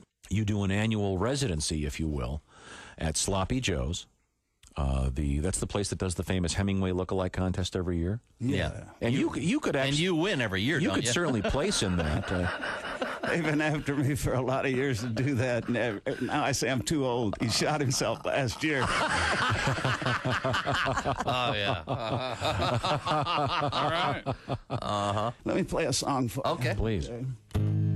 Ohio is having a blizzard. Missouri is having a flood. Oh, I can't read the paper. It's too small. Must be the martinis. Okay. Where's that music stand? Would you like chicks readers? Here we go. You want my cheaters? Okay, let me start over. Okay. Ohio is having a blizzard. Missouri is having a flood. Most of the South is having a drought. And Malibu's having a slide in the mud. San Francisco is having an earthquake. They say she won't last through the year. The whole country is reeling in recession, and I'm having one more beer. Oh, I'm having one more cold one till the news and the blues disappear. The world's on the brink there's time for a drink, and I'm having one more beer. Oh, yes. My sister is having a breakdown. My son is having a toke. My dad is having his old emphysema, and I feel like having a smoke. My buddy is having a sexual crisis. He's smiling at me kind of queer. Uh-oh. My secretary's having her pregnancy test, and I'm having one more beer. I'm having one more cold one till it all hits the wall and disappears. My wife's having fitsin' and cat's having kitsin', and I'm having one more beer. My daughter is having her nose pierced. My mom is having her butt tattooed. My brother is having an affair with my wife. Uh-oh. Guess who's the one getting screwed?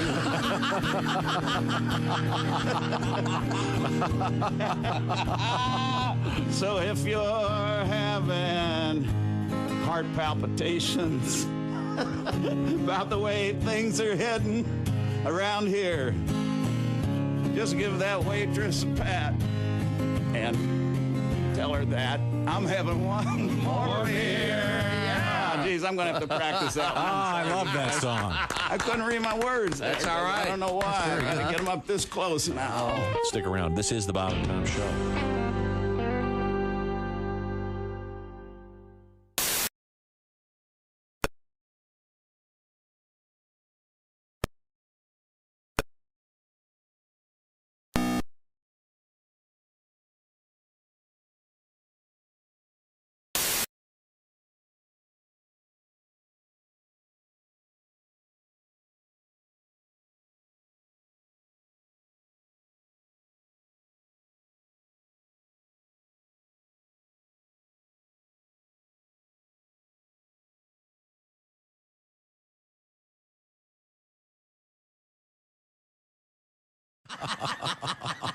The fridge thinks its door is open. The cable box is on. The whole house is angry. I got to get out of here. Enjoy your dinner.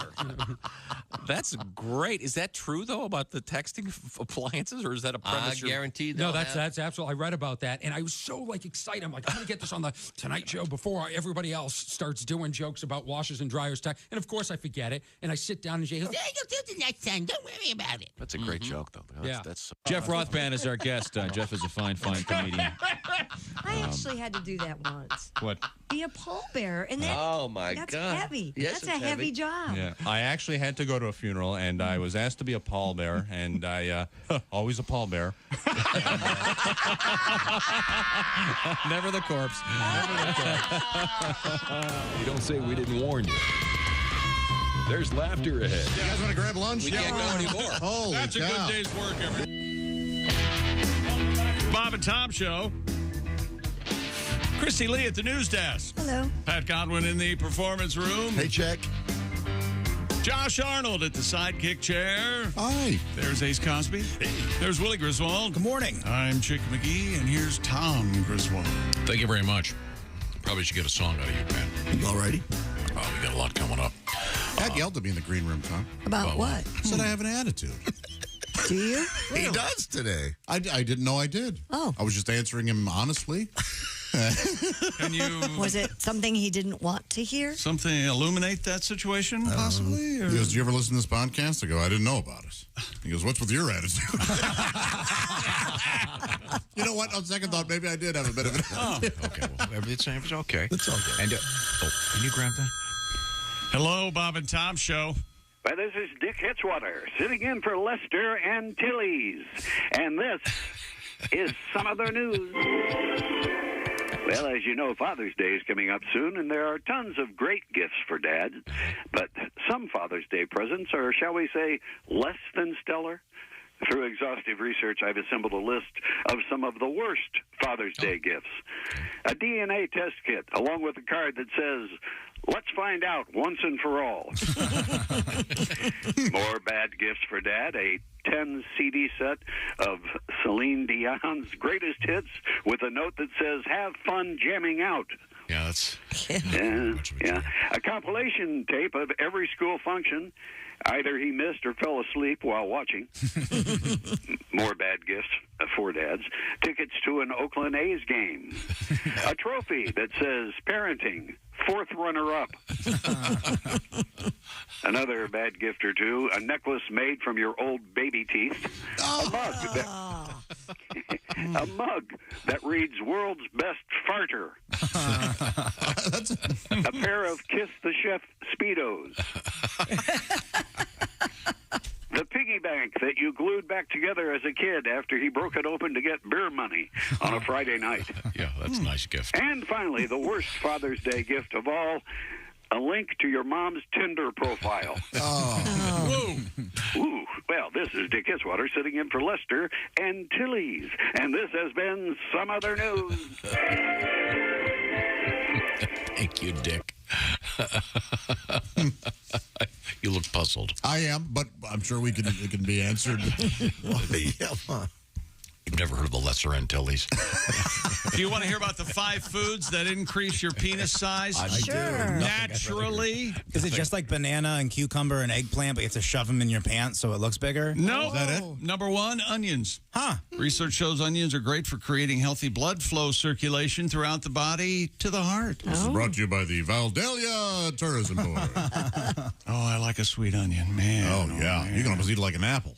Number 2, banana. You're right, Willie. As per most studies, men with a healthy heart can successfully increase their penis size by a few inches. You just have to believe. Wait a minute. What does it say? The fruit contains potassium, which is key to cardiovascular health. Banana reduces the level of sodium. Where did they get the adding inches?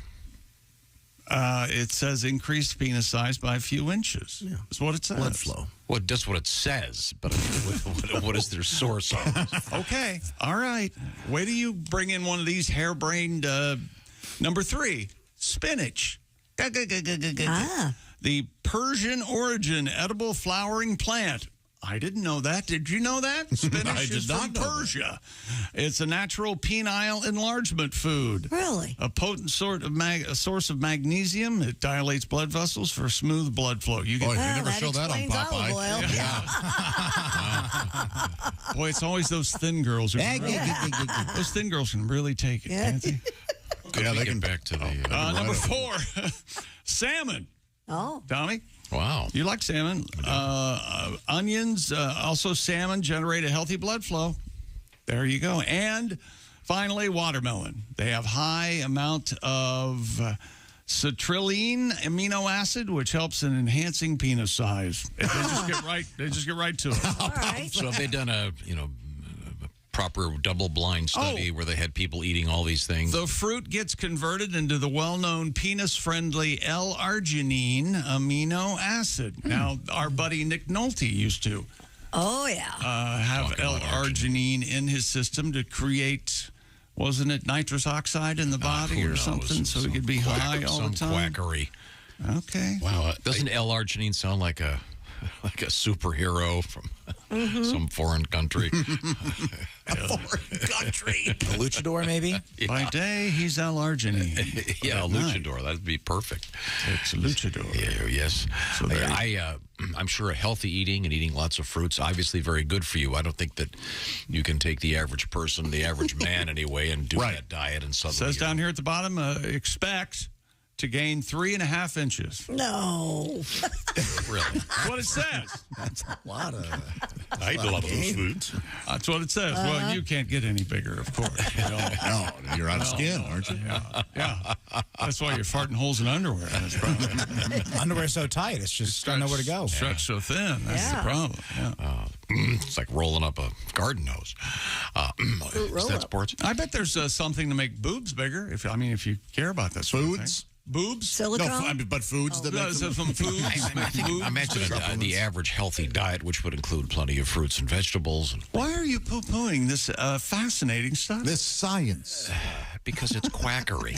I don't think it is. They used big words and stuff. It sounded right to me. Common sense, really. Just I think the better your blood flow, I think the more pleasing it'll be, kind of thing. Which that makes sense. Out of the mouths of babes. The only thing it's going to be adding 3.5 inches is a short string and a large anvil.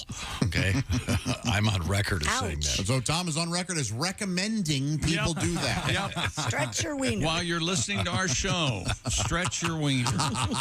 Once again, a short string and a large anvil, by the way, once. Hi, I'm Dick Needle for Tom's Anvil Sales. There has to be someone who's tried that and yanked it right off. I'm sure I just ripped the tissue there. And he had the most satisfying orgasm of his life. Oh, I never felt anything. That's sports stuff. This is what you farted for. Where we go, whatever you do, always be a good sport. Christy! I don't know if that'll make your penis any bigger, but Cheez-It has created the world's first so-called Cheez-It pump. The snack brand said the biggest, cheesiest roadside attraction to ever grace America's beloved highways and byways is located deep in the California desert. Made to look like an old gas station, the pumps literally pump a stream of Cheez-It bags right into your car window. How about that? Wow. The Cheez-It stop is open for 1 week only. It opened yesterday and will run through July 11th.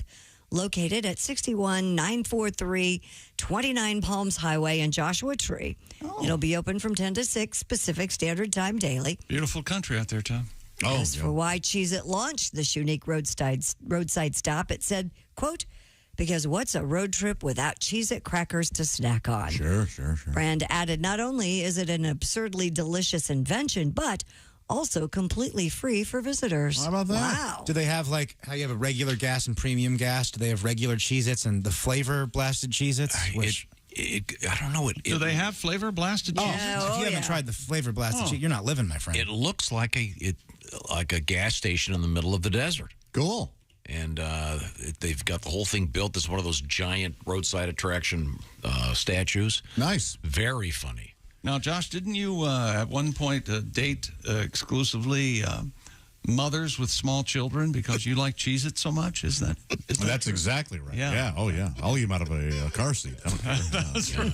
He goes through the car seats. Delicious. Now, Now, so Cheez-Its. They're filling your car That's a bit from his act. with Cheez-Its in the bag. They're in the bags. Yes, they're not just pumping. Cheez-Its into your car. Okay. Right. Oh, well, that's no fun. You want them loose? You want them loose? Well, any parent is used to finding Cheez-Its all over the place when you clean up a car. I've become fond of the extra toasted Cheez-Its. Have you had those? Oh, really? Because I used to always love in a box of Cheez-Its, you would... Go ahead. Yes, Pat, I eat the box. You'd pull out, and some would be a little more blackened. Oh, those are flavorful. Now you can get just those. Really? Yes. My gosh, they're good. Well, this is by Joshua Tree, and it's there. It's real. I want to see some video of this thing. The Cheez-It pump. Let's go. You can. That's a long haul. Now we're trying to send Willie to either Miami or Colorado, to Denver rather. For he wants to decide where he's going to go to watch one of these NBA finals. I mean, I can go to Miami tomorrow, or I can go to Denver on Monday. What do you guys say? I think I'm lean. I started out. I'm totally changed my mind. I want him to go to Miami. There's more trouble possible in Miami than in Denver. And boobs a popping this time of year.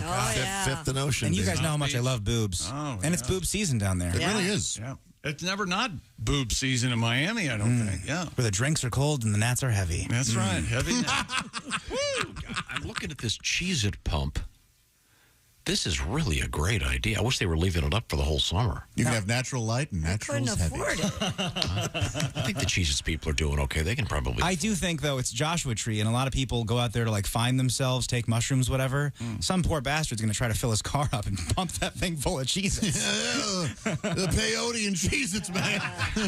I don't know if I was tripping or what, but I swear, out of the gas pump, Cheez-Its. Sure, Harvey. I'm not kidding, man. All right. So this thing, you pull up up in the. It's like it's like putting gas in your car, except it's throwing bags of Cheez-Its in your car. Sure.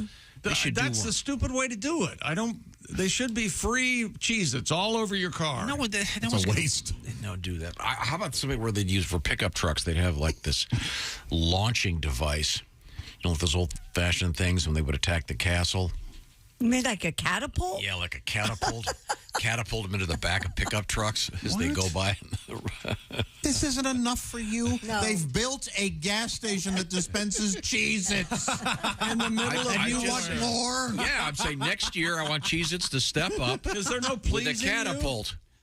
Oh, that'd be great. Boy. Does it say how much it is? It's free. Oh, wow. They're free. The Ace is in now. It's free.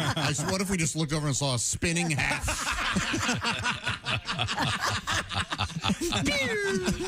As slow as Ace drives, by the time he gets there, the promotion's over. Other ideas for the cheese. How about this? How about doing a crucifix out of Cheez-Its and call it the Church of Cheez-It Christ? Jesus Christ. What with the Cheez-Its? I mean, you're taking us all down with you. Yeah. You understand? It's funny because to half our audience, that's sacrilegious, and to the other half, it's not funny. Here's how. We might have to get Mark in here to have him explain this, but here's how slow Ace drives. This is a true story. Ace pulled out in front of Mark twice on the way to work this morning. Pulled out in front of him. I'm trying to figure out. Did Mark? Who's going slow then? I don't know. Who would go slow in that situation? I was ahead of him twice. But he passed you twice. I obey the speed limit. I'll say. Okay. But to be fair, I guess Ace would really have to be extra vigilant. Obeying the speed limit. Thanks for throwing that in. Well, it's true. Speaking of speeding, we have speeding in the news. We also have pumping gas in the news. Which would you rather do first? You pick. Pump it. I think we've been talking about pumps. Motorists in the UK stunned to see a naked man pumping gas. Quinn Kelly told South News and Put out that cigarette, buddy. told Southwest News Service that he spotted the man at a gas station on his way home. The 26-year-old said he was filling up his car naked. The man has since been identified as 44-year-old Stuart Gilmore, a nudist whose vanity license plate reads NA02KED. He also has a bumper sticker that says, "If you can see my beehole, you're driving too close."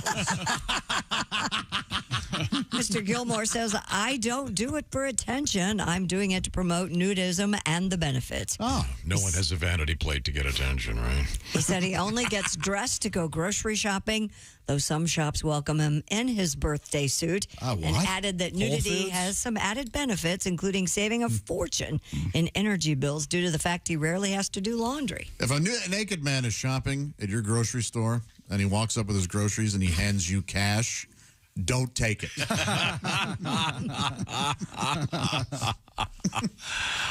Yikes. I can't imagine they let him in naked. Either can I, but if Willie, I think, is right, if it's anybody, it would be Whole Foods. Trader Joe's. Oh, I was just doing an HOLE joke. That's what I was shooting for. Because he's naked and... I was making a they're all wacky there joke. So this guy is naked in the winter? I don't know. I guess. I mean, if he's nude all the time. Naked in the Winter. Yes. The new novel. By Robert Frost. Whose horse Peter this Frost. is? That was pretty good. Peter Frost.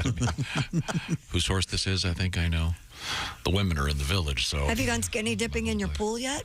Oh, there you go. Come on, I man. haven't been in my pool yet. All I'm doing is maintaining it. Man, I can't wait. One day you're going to find me in there naked, just walrusing around. Early Sunday morning. No, and not too long from now, he said, apparently there's some sort of green, purple, blue algae in my pool. I don't know what's going on there. Okay, well, I'm so happy you have yourself a pool, Tom. Yeah. That's great, man. You got to have a pool party. This is It's not done yet. All right. Okay. I don't believe you. Okay, I'll go over to my house right now. There are 10 cars in the driveway. Let's go. Every time I go there, I want to take a nap. Well, I guess I'm going to have to go. Can you sleep in your office? car? A circular saw. Well, you really can't sleep with a circular saw. No. I didn't want to move in until it was done. So anyway, we got a naked guy putting gas in his car. Yep. That's especially bad, though, don't you think? Well, If somebody gets splashed on. You don't want gasoline there. no. Nice. Be naked, see Mario Lopez. I assume he's over there, too, at the gas pumps. Oh, yeah. He's probably telling me about specials inside. Yeah. Even in the UK, huh? Absolutely. Okay. That guy's photogenic, man. Coming up in the news, Christy, what have you got? Well, we do have a speeding story out of Finland. Boy, this guy, he was going pretty fast. We'll tell you about that. And etiquette for airplanes. A lot of people traveling this summer. We'll tell you the do's and don'ts. And do you know a beaver from an alligator? I hope so. We'll tell you later. I don't, and I need a prosthetic. I'm going to go to lunch. And Spider-Man. It's Batman's lawyer. Spider-Man news all coming up. This is the Bob and Tom Show. For a complete copy of the Bob and Tom Show contest rules, go to bobandtom.com/contest-rules. Or just scroll down to the bottom of the page and see contest rules. This is the Bob and Tom Show.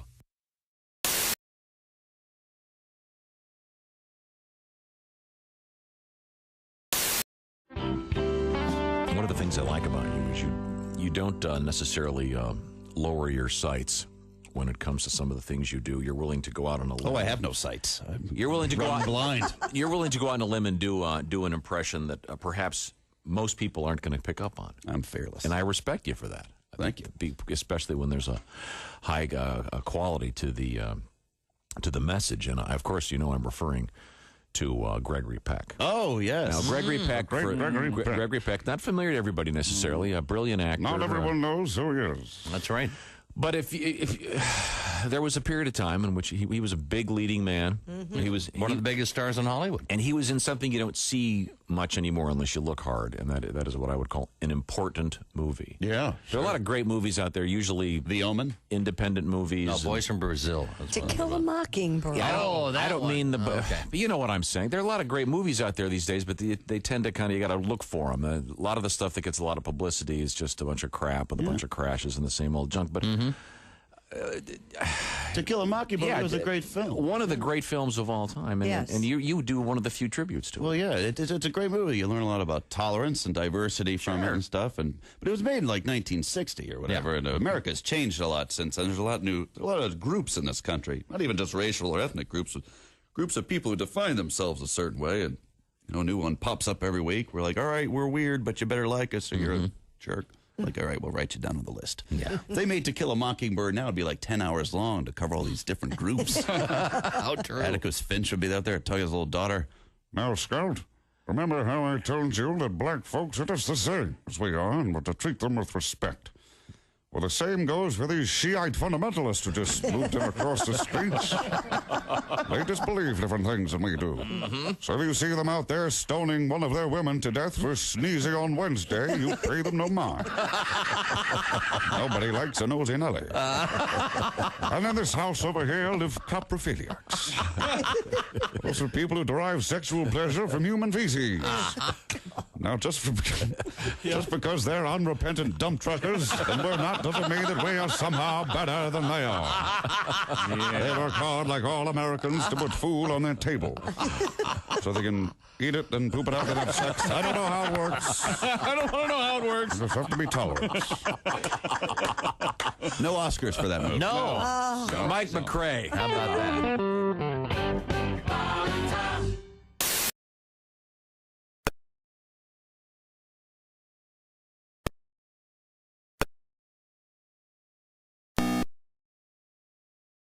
Hey, hi, this is Tom. And this is Chick from the Bob and Tom Show. Hey, Christy, what's the best way to get full access to the show? Hey, what?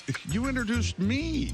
That would be to become a Bob and Tom VIP. Very good. Now, Josh, what's a feature of Bob and Tom VIP? Wait a minute. Well, the live 5-camera video stream of the show, plus a podcast of the show and comedy from the Bob and Tom archives. Excellent. Chick, what do you have to say for yourself? Become a Bob and Tom VIP now. Just go to bobandtom.com/VIP. See, that was worth the wait, wasn't it?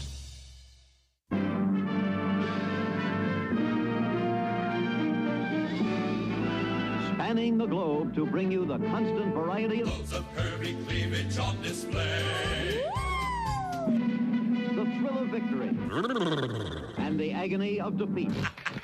Don't touch those. Sorry. The human drama of loads of curvy cleavage on display. This is The Bob and Tom Show. No shoes, no shirt, no talent. Brigham Broadcasting presents another Bob and Tom Olympic moment in history. The year was 1896. Uh-oh. The place just outside of Athens, near the town of Stactontopolis, Greece. While preparing for the first modern Olympics, organizers were forced to eliminate a track and field event. In what will surely go down as the biggest bloodbath in Olympic history, runners from 5 teams were injured at the initial time trials of the 100-meter razor hurdles. 4 of the 5 athletes would never compete again. However, Austrian hurdler Klaus Kleinendorfer went on to be a silver medalist for the women's team as Gretchen Kleinendorfer. Thank you very much for this. Thank you for this medal. This has been another Bob and Tom Olympic moment in history. Sound like Paul Hum at the end. You're listening to Bob and Tom 24/7. That's awful. Awful entertaining. Essential Morning Radio. This is Bob and Tom 24/7. 24/7. 24/7. Comedian Jeff Brown has joined us in the studio. Jeff is a resident once again of the great city of Chicago. Us in the Midwest. Yeah. We know what true cold is. I was so tired of LA. They're so vapid and shallow. Oh, Jesus, 56. Close the window. True cold is when your dog would rather take a kick in the ribs for taking a dump in the living room than going outside. That's when it's cold. Yeah. But my coldest day ever was in Chicago. It was with a wind chill, 64 below zero. Oh, yeah. I'm so glad they thought of the whole wind chill thing. Yeah. It was cold. It was damn cold. Oh, yeah. There's certain problems. I pooped on the rug. Really? Yeah. Oh, yeah. No, that really brings it home for me. Where are you from, brother? Patterson, from Patterson, New Jersey. Oh, sure. That's famous. Yeah, small. Sure. Thugged out town. It's tiny. So small, we used to get robbed by people we knew. Small. People like, stick them up. I'm like, Andre? I'm going to tell your mother, man. By the way, how is Aunt Carol? How's she doing? I'll come over for dinner. Hey, everybody, this is Jimmy Pardo. You recognize my voice from the show and my face from television. Welcome back to the Bob and Tom Show. Christy Lee at the news desk. Hello. There's Pat Godwin in the performance room. Hello, Chick. Hey, look, it's Josh Arnold. Hey, Chickie. There's Ace Cosby. Hey.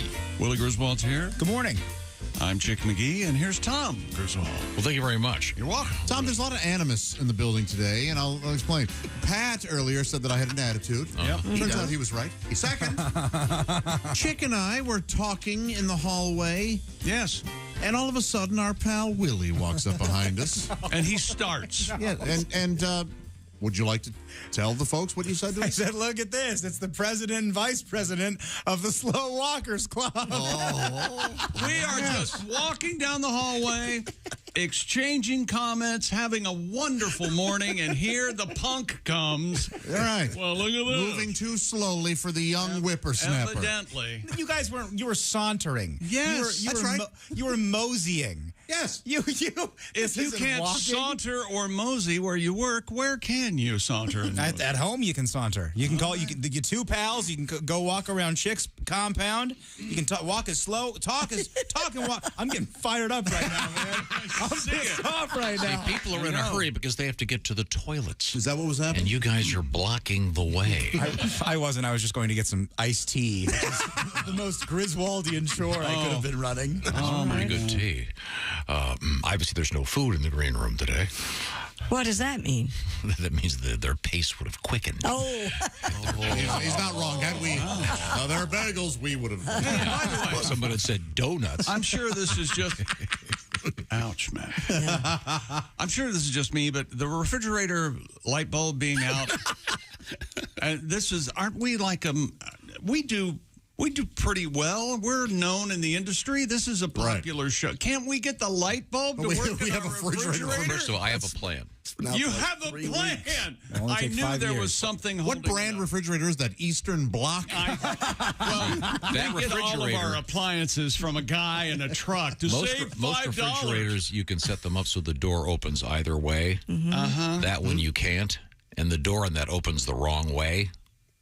Because it opens up, it's started to explain in the air. It opens to the left. But if it opens to the right, it would block the pantry It's fine the way it opens. Yeah. It's a light. That's the last. Did I finish? We just need the light bulb Okay, go ahead and finish. Much better idea. No, I've got Eddie this on is this. where we get in trouble. There's another refrigerator in the back of the building. That's not ours, right? Who's going to know? I say we swap them. Wait a minute. Hold it. Is this a heist? Is this Ocean's 11? Yeah, we switch. In or out right now? In or out? I'm in. I don't know that refrigerator's door goes the wrong way. No, I checked it. It goes the right way. No. But if it I'm goes- talking about the one we have now. What do you mean? It goes the wrong way because in his mind it should go to the right. It should go the other way. No, it should. No, because I don't think it would open all the way if it went because your the door's way. in the way. And where it is now, if someone is looking in the pantry, you can still open the refrigerator. Right. If you do it your way, you can't do that. It's fridge or pantry. Right. Take your pick. I like it because you open the refrigerator door, and that's to your left, and the pantry door is to your right, and I feel like I'm in a food box. Yeah. Here's my problem. And I'm sure this is me. I own it. But every time I open that refrigerator door and the light's out, I think I didn't pay the electric bill. Every single my return to my white trash roots. Okay, well, we'll get Eddie on getting a new bulb for it. I'm sure it's... Oskay fixed it one day, and he was just a hero around here. Yeah, and then it's already burned out again? Lasted like a week. Well, Oskay fixed it half-assed. We all know that. Okay, well, thank you very much. Are these on? Yeah. This is what you farted for. Hey, shut up. Which one did you want, the phone or the... He told his kid to shut up. He just told Finn to shut up, everybody. I wanted a mouse that doesn't freeze every time it's not moving. Hello, Bob and Tom Show. Hey, Bob and Tom, it's Donnie Baker. Hey, Donnie. I got something for your fridge. You know what? Everybody I know in summertime asks me the same question this time of year. Donnie, what's your famous spicy midday margarita recipe? Oh, all right. Boy. Well, the people have spoken, so here goes. First, you're going to want to start with 7 parts tequila. And remember, the cheaper the tequila, the better the party. And people who buy expensive tequila are just showing off. And I'll say it right to your face, Tom. Oh, sorry. Swear to God. Because expensive or cheap, when you're drinking tequila regular, all night's in the same. You face down in a bus station urinal or passed out at the kitty litter at Julia Gibson's mom's house. Oh, my. Swear to God. Well, the last time I made spicy midday margaritas, I woke up under the baby's crib. Ooh. I'm going to realize I don't own a crib or a baby. But keep this in mind the next time you're buying for your party. Expensive tequila might help you hit the hangover next day, but cheap tequila gets a wet T-shirt contest started right now. Swear to God it does. Hell, I've seen a wet T-shirt contest break out in the aisles at Costco before. I think it was their last ever free tequila tasting session. So anyways, take your 7 parts tequila, 3 cups of ice, fresh lime juice with limes, and a splash of orange juice. That's the secret ingredient. I got tired of trying to pronounce Cointreau at the liquor store. So I tried orange juice one time, and that led to the 6th best threesome of my life. I swear to God. So it's been a splash of orange juice ever since then. Oh, and by the way, Mrs. Gibson, it would have been the top 4 threesomes if that chick had had both her legs. Anyway, back to the margaritas. Oh, for the spice, some people like to rim the glass with chili powder and stuff like that. I don't want anybody rimming my glass, so just throw a single jalapeno in the blender, and that'll add enough heat. If you ain't got a fresh jalapeno on hand, a quick blast of mace or pepper spray works just as good. Anybody tell you the same? So go out and make yourself some Donnie Baker spicy midday margaritas, but please be responsible and go easy. You still got 4 hours of work before quitting time, and brakes on the forklift are a little sketchy. I'm Donnie Baker, and I approve this message. There I go. Sounds like a pretty good recipe. It doesn't sound bad. He couldn't say Cointreau? Is it Cointreau? Cointreau? I think that's what it is. Let's go with that they put in margaritas. I don't know. Cointreau? Cointreau. Yeah. That's a Contra. High-end margarita. What about Oliver North and the Contras? No, Is that different. anything in here? I don't recall. Dated, yet inappropriate.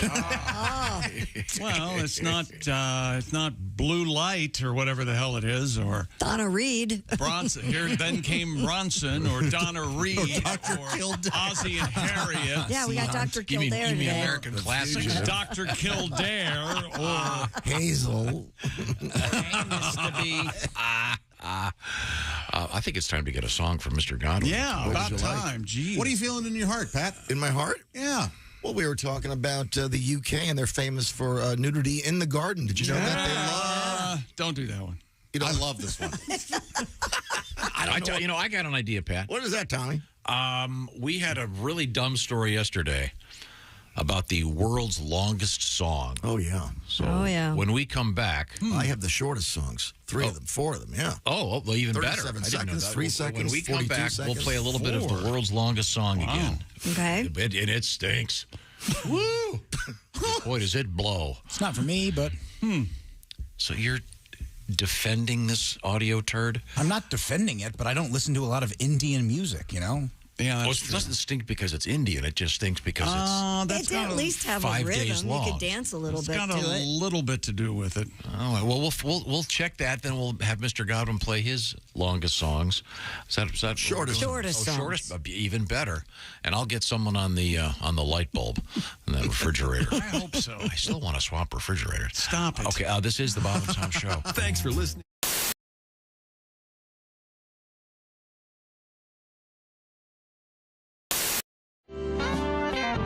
Last time you were here, Yes. you got talking about catchphrases. Oh, yeah. I'm not even sure you remember this. In fact, I remember it. we actually use it. We use it a lot. Right now. And How's that working for you? You know, I got to say that, I'm a comic, so everything, and when I improvise something, it's a throwaway. And I'm certain that I've thrown away my career and the potential for a decent career 100 times. I've had people say to me, that baked bean bit, the funniest thing I have, and I don't know what they're talking about. Because it's like, I got my stuff, and then I got because you had that guy on from Bruce Springsteen earlier. Sure, Nelson. And he was talking about working with the boss, and the boss way he works a set list. That's me. Yeah. I don't mean to say I'm like Bruce Springsteen, but I'm like Bruce Springsteen. Okay. You change it up every I night. have a set list, and then I'm willing to. Then you never follow it, yeah? I'll do what I need to do. I'll do whatever I got. It's like making love, But you do it right now. Oh, that's right. See, we love that phrase, and you've given it up. Then we were hoping. I did it, and when I did, There's no right now T-shirts. When I did the Bob and Tom Show tour, I don't know if I told you I did it. Sure. And Chick introduced me. He introduced me with that catchphrase. Oh, yeah. It's starting. It's starting. Is it Sweeping America? And we want to. We'll bring you back on the tour, but only if we can do the right now thing. Oh, look! Could I hear what I gotta do? Could I hear the baked bean bit right now? Because sometimes my mom used to make baked beans with her special sauce. Yeah. Which was mustard, ketchup, and sugar. And she would, she goes, go on to the dinner, come here right now. Right now. And she had this really deep voice. That's before she stopped smoking. Yeah. She was a Pall Mall babe. Wow. Did the sugar make the beans Brown sugar. Sweet? It was a brown sugar. It was like the best thing in the world. And Yeah. my father was overweight, and so my father, and no matter what, she couldn't do any wrong. This is the greatest thing I ever, it's mustard and ketchup and brown sugar. Brown A lot of sugar in there. and some Campbell's baked beans. And he we could have, God bless my father.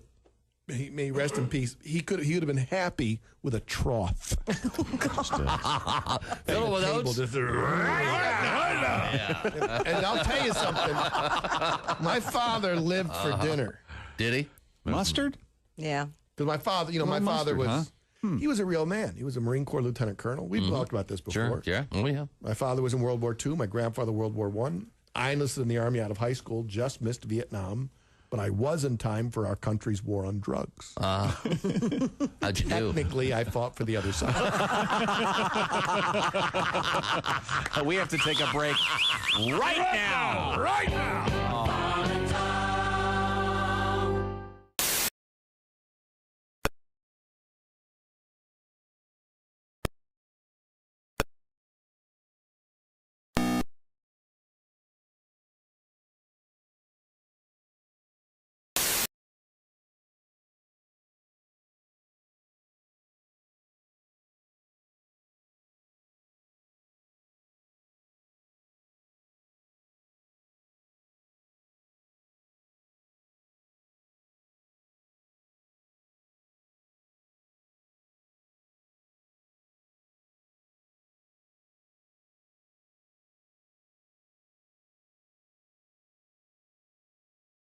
Comes out early next year.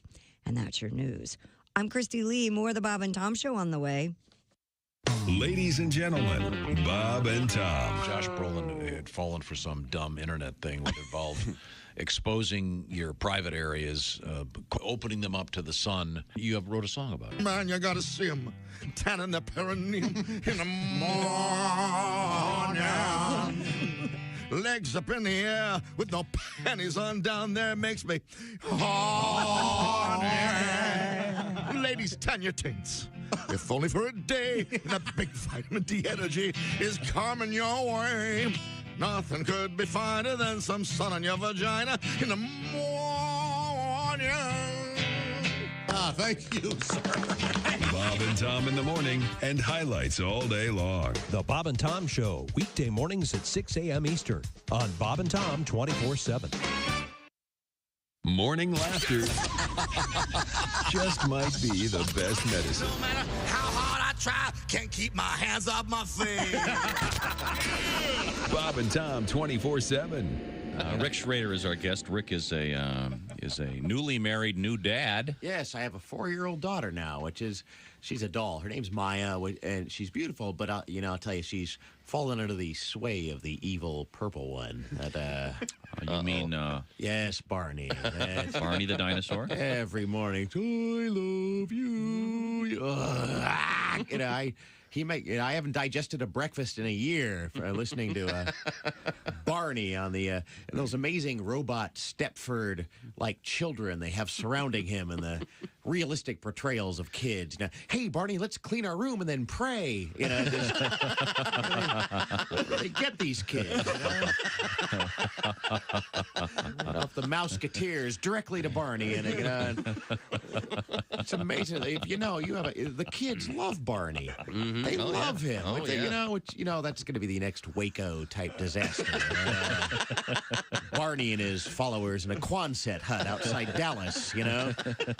Sharing means caring, Billy. So strike the match. Next thing you know,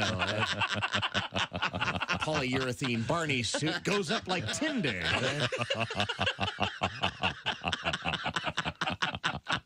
I point this out because I care. Bob and Tom 24/7. I babysat a cat a couple weeks ago. No, it went in the show. Oh, Then he started picking out of his litter box and dropping him in the middle of the living room floor. Oh, this is a protest. It did seem like some sort of action. Cats are, that's funny. Jerks, basically. Can be. Cats are jerks.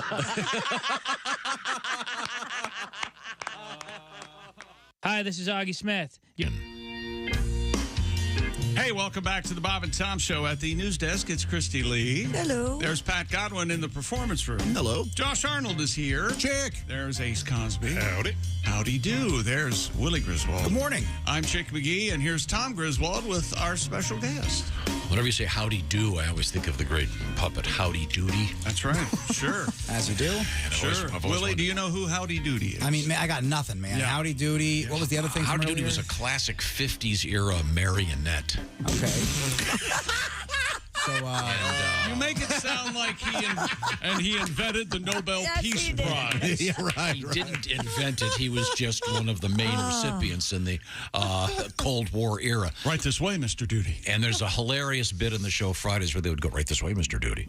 But I always thought it could be a great parody of that song where you could go, that this is how we do it. Oh, yeah. This is Howdy Doody. And you'd have the puppet come around the corner. Man. Okay, sorry. Look at that. Two dated references. My goodness. There's 2 dated references. You're very welcome. Yeah, this is how we do it. It's from the 90s, 80s, late 80s. Joining us in the studio, it is actor. Actor? I almost said actress. I went, no, they hate that now. Actor, comedian. Jen Kober is here with us. Well, you have to use those words for me, Tom, because I'm not the girliest thing in the world. I mean, let's be real. Even if I did like actress and comedian, you wouldn't use those for me. Come on, man. This short hair does something to you. Take off the hat for a second. Okay, you remember how she wore it? Yeah. She does it short. I insist you wear your hat the way Jen wears her hat. Tom, go. Wait a minute. Slightly askew. You just got to cock it a little bit. It's a little bit to the left. Referencing, of course, the Little Rascals. No. Wow, you are just on the way back train today. He likes to keep it topical. I mean, this is look. I'm older than I look, and I've missed a lot of the references here. What is happening right now? You're tilting your hat to the. I tilted a little to the left, to my left. It's a lot to the left. Well, it gives us some flavor, Tom. Yeah, it's a little nod to my urban side. Okay, yes. Now, how urban are you? Where'd you grow up? Louisiana. I mean, we're all mixed up down there. Beautiful country. Yeah, it's gorgeous. Of course. Do you like to cook? Are you a Cajun? I am an excellent cook, man. I can. I'll make you slap your mama for real. Like I got gravies and sauces and I can. I'm a lesbian, so we grill. That's what we do. They love it. They love it. Yeah. That's our big contribution to the culinary world. I was not aware of that. That's right. We like an open pit of fire. That's because we can get our drums out and have like a little drum circle and conjure up the goddess while we're making you steak. While I'm flipping your tomahawk. You'll whip me up a tomahawk? That's right, man. Look, not only will I whip it up, I'll kill the cow, butcher it up, then get all the meat and the fat off the bone, lollipop that sucker, stick it on the grill, serve it with a béarnaise sauce and some roasted potatoes. You're gonna love me, I'm telling you. She's out there butchering me like she's in Yellow Jackets. That's right. I thought that was Yellowstone. See, I think they both do it. I feel like I don't know Just different meats. There you go. Well, this is in a way is going to tie into this. I referenced something, and before we catch up with Jen, who, by the way, you've been in a pretty famous series. I have. I'm on the Star Wars. Yeah, you're on the Star Wars. We'll get to that in just a second. Right. While you were gone, you missed this. When I said while you were gone, you've been gone from the show for several years. Since 2019. Okay, so it's cold. There's nothing else. We had a world record yesterday for the world's longest song. Mm-hmm. Okay. It was almost 6 days. The song? Yeah, yes. Then it's got to be something from another part of the world. It was from India. Okay, correct. But it has been officially certified by the Guinness World Record people. There's no American singing for 6 days. It's the longest song. Well, I don't know. I've been to a couple concerts. The gentleman's name is Dr. Jagadish Pillai. Right. And it's 138 hours, 41 minutes, and 20 seconds. Whoa. Here's a little bit of it. This begins with a very high tone. I apologize in advance. Here it comes. Dev Dev Abhishek Hit It sounds like David Deva. I'm going to be shaking my hips. At least it has some kind of rhythm to it. Well, yeah, it's probably a drum. Oh, what if it's like a good Beatles song where it's like 7 songs amalgamated together? You know what I mean? For 6 days, I feel like it's got to make a couple of changes. I would think so, too. A key change, a beat change, a bridge, Well, something. now, that's the world's longest song. And if you think that part blows, as I indicated the other day. I don't. I think it's fine. I think Yeah, it's it sounds all right. Wait to get to the drum solo, or as I call it, Wednesday. This is a turd. Anyway, Pat, Do you you said do you like any Indian music? There's some, I would ask. I suppose with enough morphine, I could probably sit through a Ravi Shankar. I was going to say, I thought you championed that kind of What was performance. There's a movie. There's a movie about baseball that where they go get a little Indian kid. $1 Million Arm. Okay, That's so a lovely movie. There's some songs in that I have that soundtrack, and there are some songs from India in that movie that really have like a beat behind. Like I really like them. There's one called Makana that I like to listen to when I get ready in the morning because it's got like a little beat, and the little guy's like churning his stuff, and I picture like Vishnu and all the arms coming at me. You know what I mean? Clapping at the same Yes, There's they some are. Indian bangers out there. Yeah, for some sure. Bollywood bangers, if you will. Yeah. Yeah. This isn't it, but this there is not the one. But that is- leads us to Mr. Godwin in the behind the glass over there. And you have the world's shortest song? I have 4 short songs. Okay. I've got a 10-second song, Lazy Man Blues. Okay, let's hear them. Okay, the Lazy Man Blues, about 10 seconds. I woke up this morning,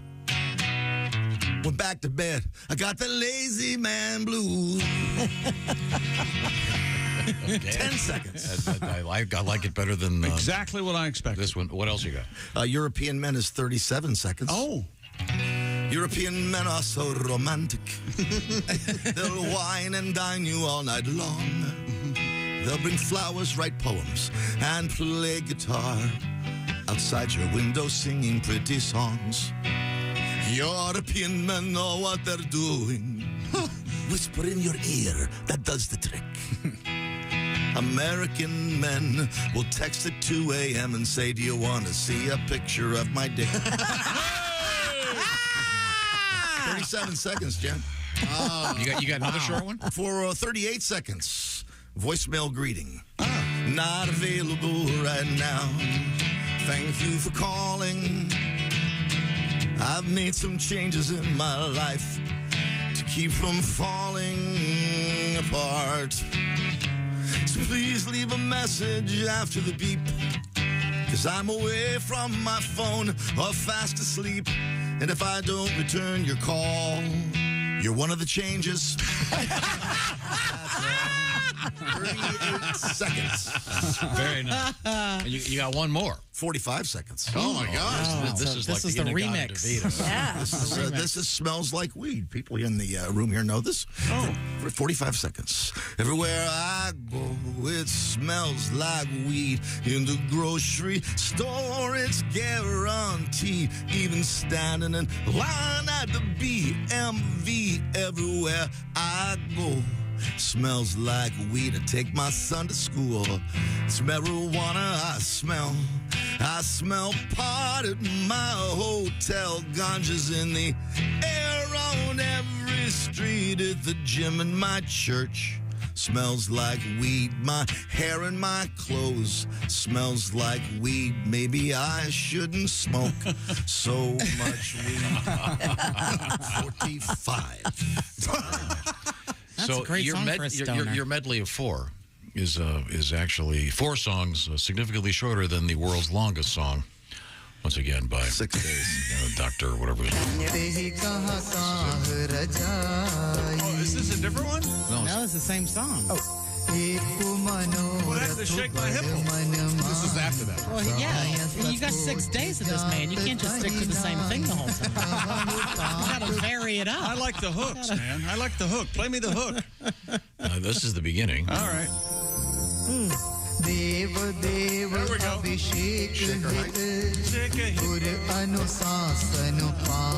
I want to be on the triangle. Ding, ding. Yes. That was my favorite For instrument in 6 school. days? Again, Purple the song That's is what I don't understand. How do you record something that's 6 days long? This had to have been like computer like It something, had to right? be. It says creating the song took 4 years, 63 days. 4 years? Wow. Whoa. Well, they have to do it in sections. With digital technology, I suppose. Yeah. Well, even you'd probably need a pretty big computer. I would Sure. think. But no thanks. Not my cup of tea. And again, the drum solo, or as I call it, Wednesday. And what's nothing worse than the drum solo because it's followed by the bass solo, or as I call it, Thursday.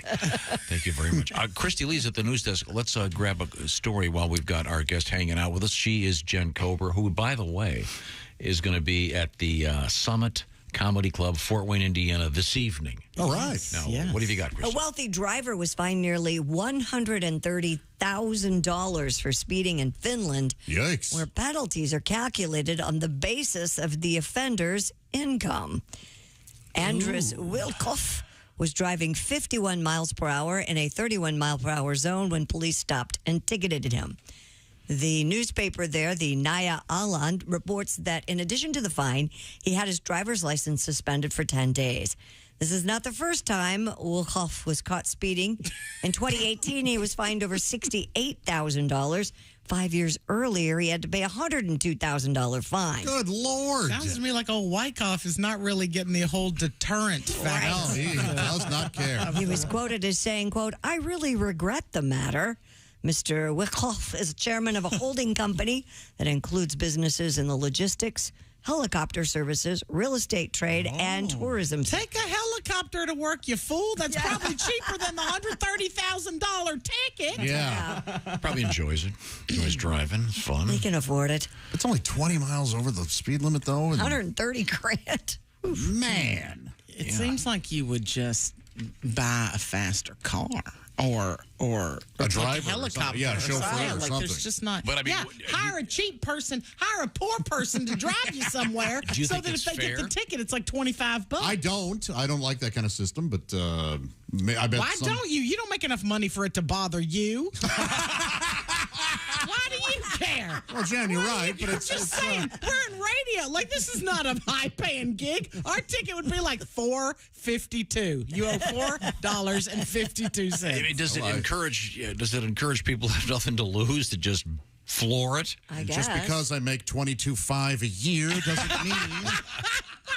You might want to remind her that's each and every year. Yes. It's with bonuses. Fundamentally unfair because he's already paying every dollar he makes. He probably pays 90 cents in taxes in Finland. But if he doesn't want to pay that much money, he can stop speeding. Yeah. He's not Good learning his job, lesson. young person. Right? There you go. Look at him. True. That's it. That's Right. true. Speeding you is a don't have- choice, but you don't have to do it. I mean, he's going 51 and a 31. It's not like it was a school zone. Yeah, right. It doesn't sound like it's I'm that sorry, egregious. what is the speed limit? 30. Well, how fast was he going? He was 31 and he was going 51. He was breaking. first off, 20 miles What per kind hour. of speed limit is 31? Yeah. Well, I'm sure it's What's going on in it's Finland? being converted. Ticket. Oh. Kilometer. Yeah. Not since Jay-Z was pulled over for doing 55 and a 54.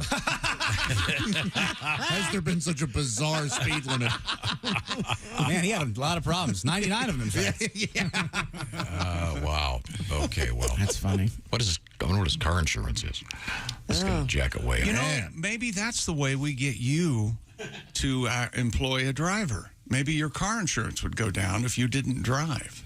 I haven't had an accident ever. Yes, but are it's you a only bad matter- driver? only No, matter of I'm a time. great driver. Yes, I've he's a been in 2 horrible accidents. Both of the times I was stopped at a light, hit by someone from the rear. Well, that's and both because times, of course, they were uninsured, so I had If to you pay don't for it. go faster than 24 miles an hour, you're not going to get many know the accidents. speed limit. I don't believe you. I don't drive anymore. I have a human who drives me. Oh, very nice. Another short-haired girl. I employ lesbians only. Oh, well. But she, my assistant. I just make her drive me everywhere. Huh.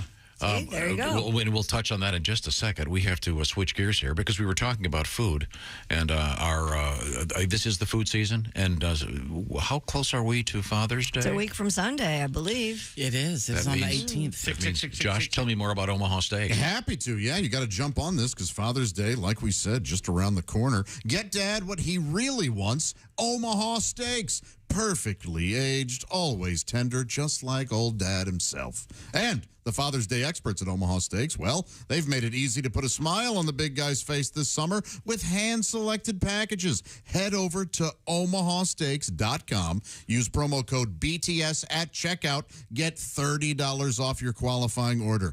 Packages may include those fork-tender, bacon-wrapped fillets mignon. Oh, you kidding me? Also, air-chilled boneless chicken breasts, ultra-juicy burgers, jumbo franks, so many more favorites. Whether he's your father, a father-in-law, or a father figure, he's the guy who was always ready to step up when you needed him most. So now it's your turn. That's right. This Father's Day, show him the love with the only gift that's as unforgettable as he, the mouth-watering perfection of Omaha Steaks. Don't wait. Go to omahasteaks.com. Use code BTS at checkout. Get $30 off an unforgettable gift guaranteed to make Dad's day. Because if there's one thing we know, it's that dads want steak. That's omahasteaks.com. Code BTS at checkout. Jump on that now because, just a little over a week. All right. Dads want steaks. Coming up, we have some emails regarding the Taylor Swift phenomenon of people allegedly wearing adult diapers so they don't have to go to the bathroom during the show. Yes. I did that for this morning. Oh, well, good. Yeah. I didn't want to miss a minute of the Howdy Doody references. Jen, do me a favor. Hold up 2 fingers if it's a deuce. That'll be my Howdy Doody. This is the Bob and Tom Show. Hello.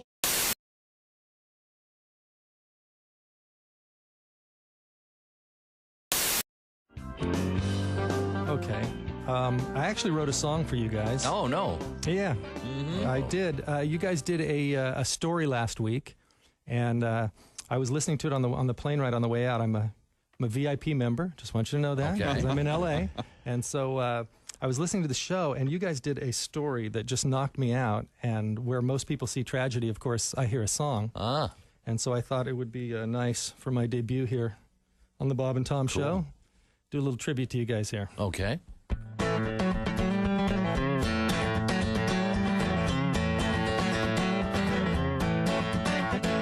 My wife was feeling frisky. We'd been drinking whiskey. That's when she said the magic words, "Baby, what you want?"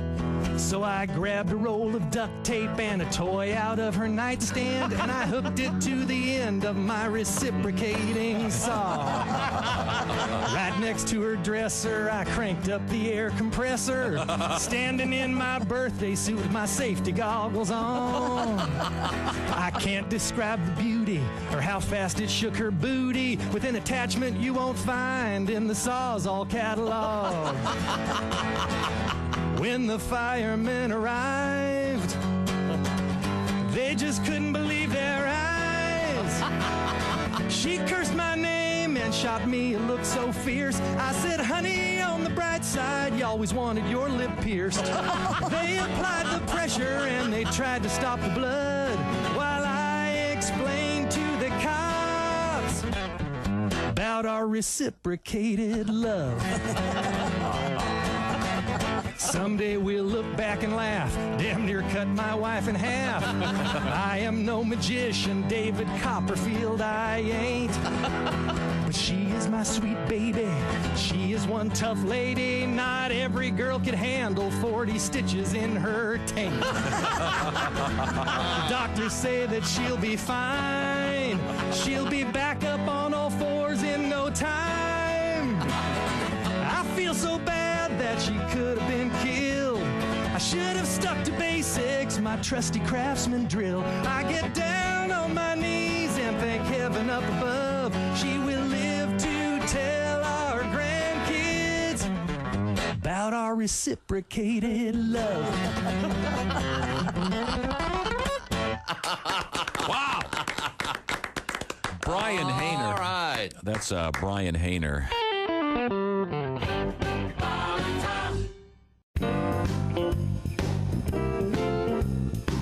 Do you wear a thong, Miss Pat? Is you out your damn mind? I have the hard time wiping. What am I gonna put a string back there for? You know what I did just discover? I just discovered the moisture wipes. I had the diaper wipes for grown people. Of course, I use the wipe. Yeah. They're incredible. It's like a shower in the middle of the day. Yeah. Oh my God, I know what you're they're talking about. so much easier. Because you know how when you wipe it and the tissue gets stuck? None of that. Everything is smooth. What the hell? I'm talking about wet wipes. We're talking Tom. about wet wipes. You use wet wipes? On the baby's ass. I'm an adult. Sorry. You should get them for the adults. They're great, Tom. I just discovered them. They're great for fat people. You're getting a text. Well, anything else you'd like to share with us? I'm going home. I'm going to Goodwill. Okay. To shop list. All right. Shop listing at the Goodwill. I'm out. I'm out. Bye-bye.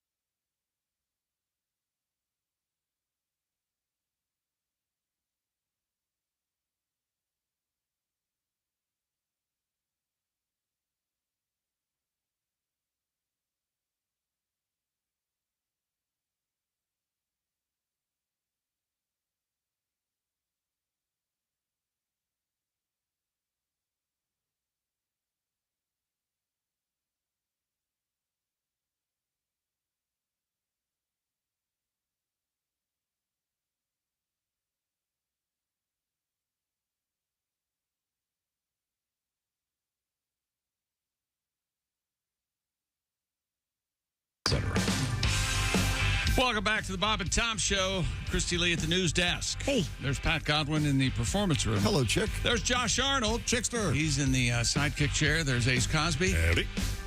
He's got that joke of the day waiting. There's Willie Griswold. Yo. I'm Chick McGee, and here's Tom with our special guest. You got that guitar? Guitar? Get it out. You're Get it gonna need out. I'm trying to talk like Jen. I can't do it. That's not how she Jen Kober is our guest. She's was a really distinguished actor. And we're going to ask her about that in just a second. But first, I've got to get to this letter. And before I get to this letter, I have to have Christy review the... set up a letter. Now, a letter sometimes is correspondence between two people. Do you want What to would go back you like that me far? to review? the Taylor Swift phenomena of... apparently it's a thing now. People are, because her show was an excellent A and B, very long. Yeah, some fans are apparently going to an unusual measures. They're wearing adult diapers while attending Taylor Swift concerts. One fan wrote, the diaper rash and trench foot was worth the moment of Taylor Swift looking right at us. Now, we had a similar thing going on in sports. Remember, we had these guys that were pre-gaming. They were sitting on a porch, drinking all day and wearing adult diapers so they could get ready. I don't remember They the didn't wanna adult pull- diaper part. Yeah, they didn't want to pull away from watching whatever it was. In any event, I got this letter regarding Depends, which we've decided the Kleenex of adult diapers. Apparently, this guy was asked to go buy Depends for his mom. Yeah. So He said, my 92-year-old mom would ask me to go to the store and buy her adult diapers. She was like pissing herself and stuff. Gosh, Josh. They lose control. Josh, as a man, you should not joke about this because poor women. This is after childbirth. You sneeze and that's it. Things are going places. And, our letter writer, once again, a man of a certain age, writes, I would be praying, please don't let a pretty woman be at checkout. Oh, dude, no. He goes, so I would make a big deal of going as I was checking out. I hope this is the brand my mom likes. I hope this is the size my mom wants. Doing everything I could to let them know the adult diapers were not for me. And that you're a hero in helping out your mom. Yeah. I know, but this is the same thing. You just don't want, some... Most stores have self-checks. And most stores have, a lot of these diapers come in men and women. And P.S., how many checkout girls at the grocery are really even worth lying to? It's not like the Stop and Shop has a model at the counter. You've seen that woman. Her name's Brenda. She's got boobs that go down to her waist, and they're pointing at the ground. I like Brenda. I wouldn't say no to Brenda either. This leads to you have a Taylor Swift tribute that takes a Taylor Swift song and takes it in the direction of this. We got Jen here. I'll give her a couple lines. Here you go. Taylor's gonna play, and I'm gonna stay, and piss my pants. Piss my pants. That's basically just the song there. We are never leaving. Now, Jen, you are in The Mandalorian. I am. Now, are you in it enough to be called to the conventions to get... I am. I did not realize that the people that enjoy the Star Wars enjoy it at a very intense level. And before it aired, I had signed an NDA. I wasn't supposed to tell anybody I was in it or anything that was going on, but of course... at live shows, I'd be like, "Y'all, I'm on The Mandalorian." So I would tell people at the live shows, thinking, "Right, I'm telling 300 people. I'm not like telling the world. I'm not announcing it on social media." So I would say, and I'd be like, "That's right, y'all. I'm a Jedi." That's what I was like, "I'm a Jedi. You got to tune in, right?" It turns out I am not a Jedi. I don't even know there aren't even Jedis on this planet. I'm in the wrong universe. I'm like talking about the movie from '78, and everybody's like, "No, Jennifer, that's not what you did." So it's very and what has amazed me the most is there are not fat people in the Star Wars universe. I don't know if you guys know this, but they just don't put. It was like Jabba the Hutt, and that was it. There's no other. There's no other fat people in it. And the episode that I'm in, Lizzo, Jack Black, and I are all three in the episode. So apparently people have been calling it the fat episode. The fat episode. And fat people have are loving it. They have glommed onto it because they don't have. So I keep getting letters from fat Star Wars fans who are so excited because now they have someone to cosplay as. These big women Star Wars fans keep sending me letters like, "I'm so excited. I'm a Halloween costume, Tom." That's what I'm telling you. I'm a Halloween costume. It's a smart idea. It is. It's very cool to see that. I mean, I didn't even realize that. That didn't even ever occur to me. And also that your character's name is Boba Fett is pretty interesting too. I thought it was a little on the nose, but oh, that's fantastic. Yes, so it was super cool to shoot. Bryce Dallas Howard, Ron Howard's daughter, directed the episode. John Favreau was there. Lizzo, Jack Black, Christopher Lloyd was in the episode. I'm in. So it was an amazing 2 weeks of shooting. It's a little bit of an inside question. I apologize. Yes. When you were working with Bryce Dallas Howard, did you find that she is in love with me? I did. Okay. She would not stop talking about you. How about that? That was very bizarre to me. I thought it would be. I was like, wow. Must have been distracting. You know what's so funny is when I asked right when I first got to the set, I was like, "Who's the director of this episode?" And they were like, "Oh, Bryce Howard." And I was like, "Oh, could I meet him when he comes up?" I wasn't putting it together. Sure. And then this woman, we were all wearing masks still at the time, and so this redheaded woman kept talking to me and talking to me and talking to me, and I thought, oh, she must be like the AD or the script supervisor or something because she's telling me so many things. And then I'm like, her eyes are so beautiful, and then she starts talking about being in Jurassic World, and I'm like, wait a minute. So I go to my phone and I'm looking her up. It turns out she's the redhead from The Help. Right? The one who eats the poop pie. in The Help. That's her. And she's Ron Howard's daughter. Like, I had a whole epiphany. Her mother's from Gaydon, Louisiana, which is right down the street from me. So we had lots to talk about, and she was just lovely, and she was a fantastic director and really pulled some amazing work out of me. There's a terrific book out there. I think Chick and I both read it called The Boys. It's Ron Howard and his brother Clint. Yes. And Clint appeared in one of the early episodes of Star Trek. But I mean, he was a little kid. And he still can go to those conventions. They'll have him come out. And I'm sure. That's what I'm saying. These super fans, they know all about the episode. I have a booth at a Comic-Con coming up. That's great. I great. sit there and sign things. You'll have a ball. You'll love it. People keep sending me pictures of me from the episode and asking me to sign it and send it back. And I mean, like, autograph hounds have come out of the woodworks. And it just makes me laugh because this is not a world that I know, right? So I'm just like, I don't even really know the words that I said when I was on the episode. Somebody had to, like, train me in the vocabulary of this planet. So it was very bizarre. Cool, it was very bizarre. Our guest is Jen Kober. She is an actor. I'm a pretty big fan of The Mandalorian, but I wanted to see a few images, and I looked it up on a Star Wars database called Wikipedia. And man, is that a good time? Of course, yes. Wow. That's cool. By the way, Jen will be doing some stand-up this evening at the Summit Comedy Club in Fort Wayne, Indiana. Right now, we turn over that way. There's Christy Lee, and I can see her from here. Yeah, Tom. Hey, an etiquette expert has come out with some do's and don'ts for air travel. We're about to get the peak of summer travel season. You might be on an airplane. Our hot button. This is going to be controversial. Yeah. Jackie Vernon Thompson from Florida advises. Jackie Vernon Thompson. The voice of Frosty the Snowman. That's this person's name. Stop for 1 second. Do you know who Jackie Vernon is? No. Pat. Old-time comic from the Catskills. Yeah, old-time Catskill comedian. He's hysterical. Yes. He did the voice of Frosty the Snowman. Okay, I'm familiar with that. Birthday. Yeah. Yeah, he's one of those old. That's so funny that's her. Well, sorry, it's distracting, I guess. Yeah. It'd be like being named Richard Pryor Johnson. Jackie Green Jones. Is that more than 2% of the population? I feel really bad. I should explain to Jen. Our show revolves around such obscure referencing that we don't even get it. Oh, I know. I listen to the show. I know exactly what's going on here, Tom.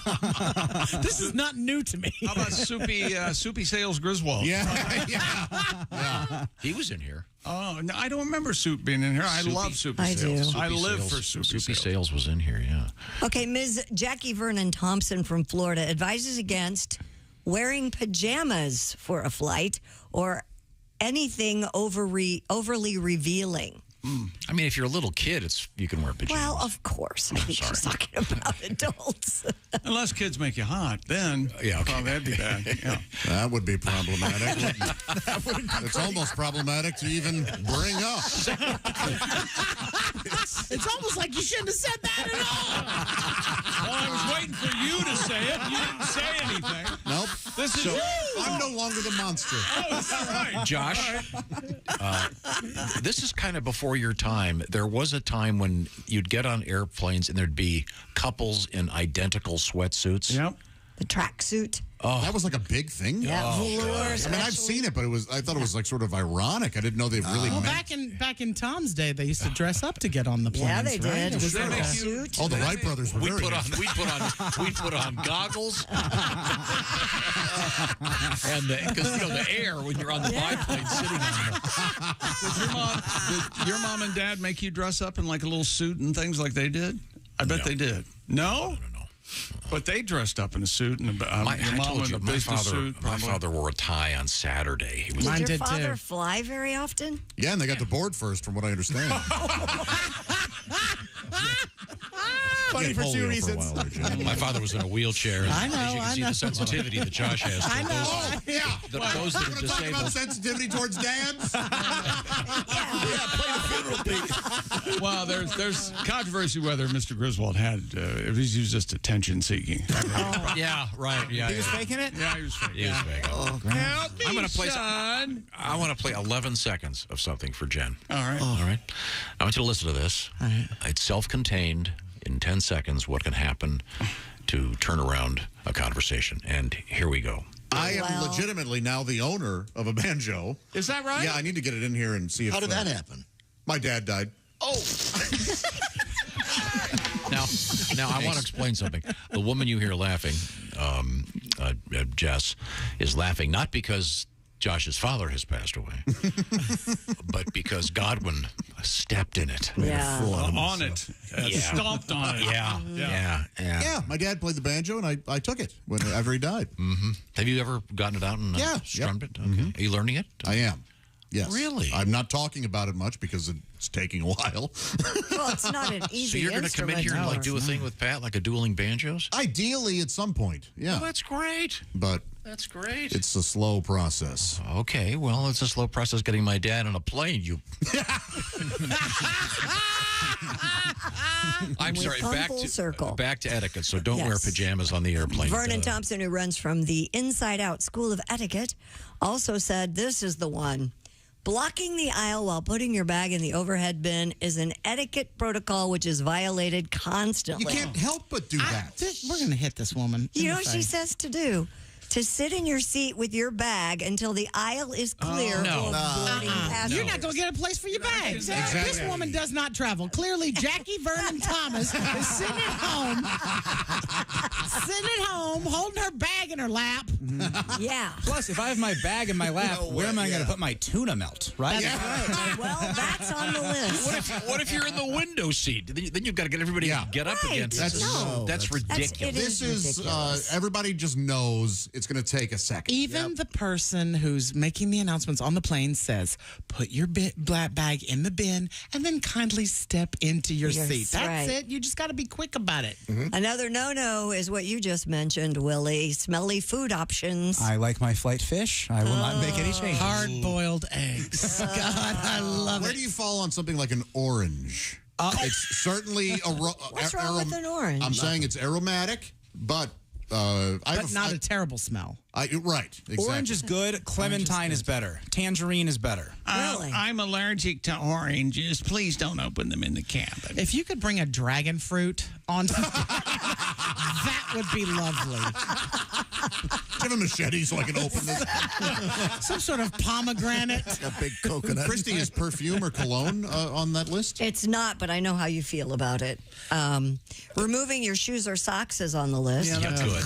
Spreading your legs out into the aisle. I take my shoes off. You criminal.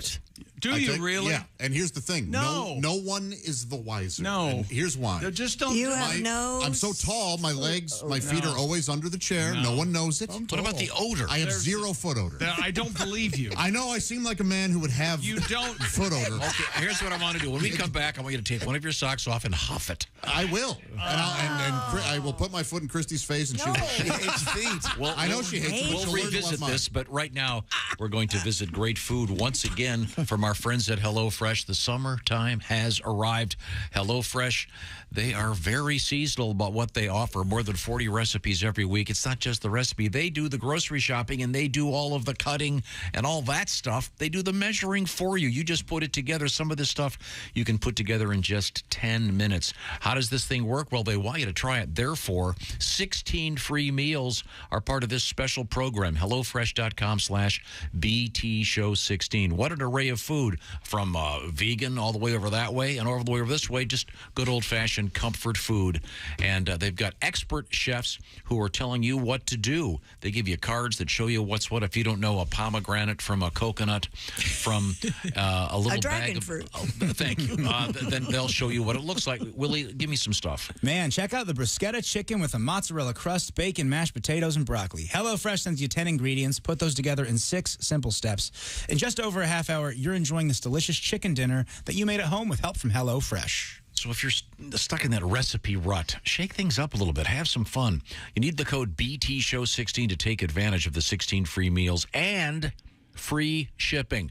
HelloFresh.com/BT Show 16. That's BT Show 16. HelloFresh.com/BT Show 16. Coming up, we've got thievery, drug dealing, alligators, crocodiles, Spider-Man. And that's all just Jen Kober. Wow. Thank you very much. This is the Bob and Tom Show. Got something to say? Send us an email. Bob and Tom.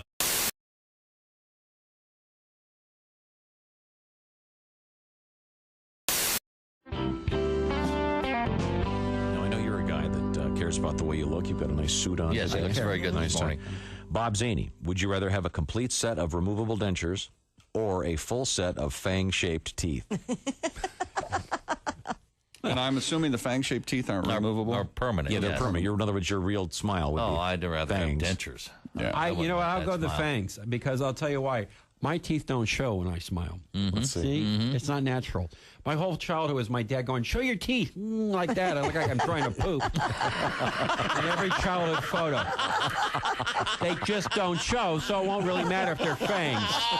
Okay? I gotta see some of those. Yeah. I swear to God, my dad, show your teeth, Bobby. It does look like you're trying to once again drop a deuce.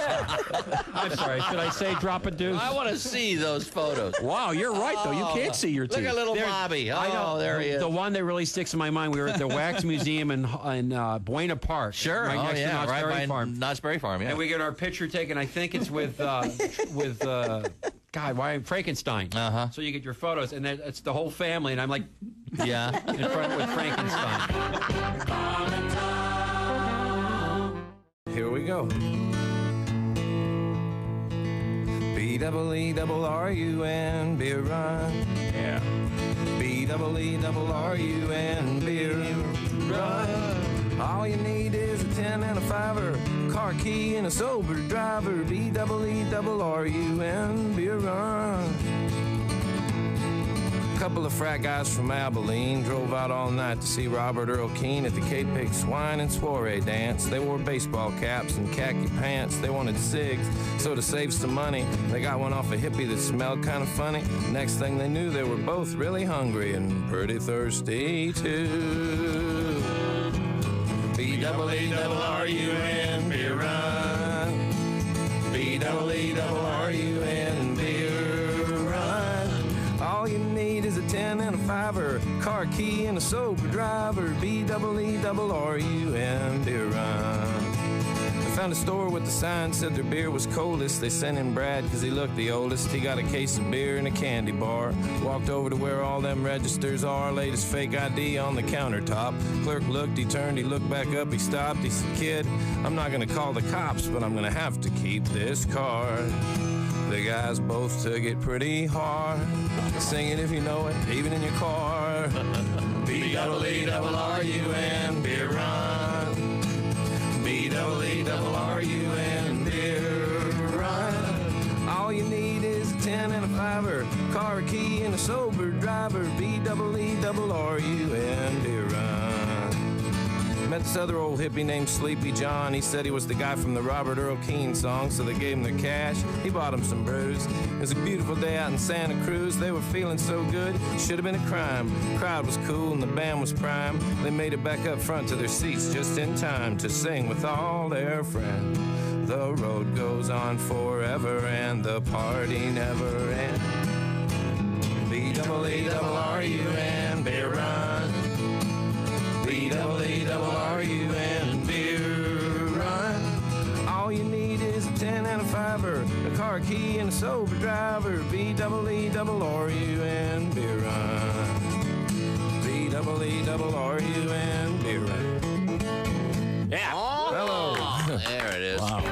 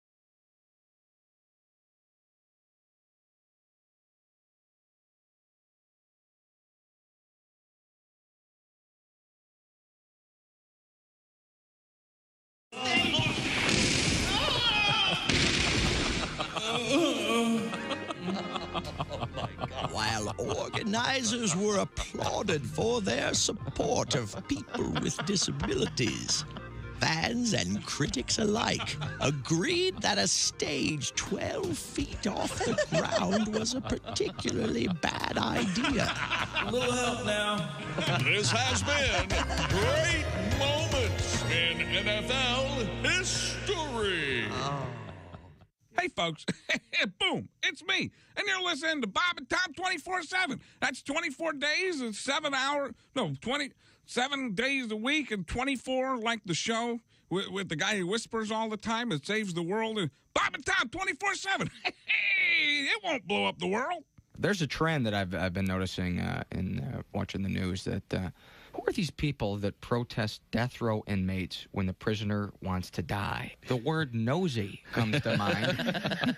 It's inhumane. It's inhumane. Oh, yeah, because he was real human. A lot of humans keep a freezer full of heads. They're so self-righteous out there on the picket line. Stop the killing. Stop the killing. No, I think you're missing the point here. He wants to die. State wants him dead. Families want him dead. Oh, but you want him to live. Fine. He can live with you. And when he's done drinking soup out of your skull, dabbing his mouth with your peace pamphlet, we'll come by, put a bullet in his head, and the world will have 2 less psychos to worry about. It's Donnie Baker. Hey, Donnie. Hey, I heard you guys talking about that man with 13 inches of pork. Yeah, 13 and a half. Crazy. You guys know Jamie Vickers? You know, drummer for Velvet Donger? No. He was uncut, too, and he could hide just about anything. Really? Did that affect the taste, Donnie? This is Bob and Tom 24/7. 24/7. 24/7. That coming up.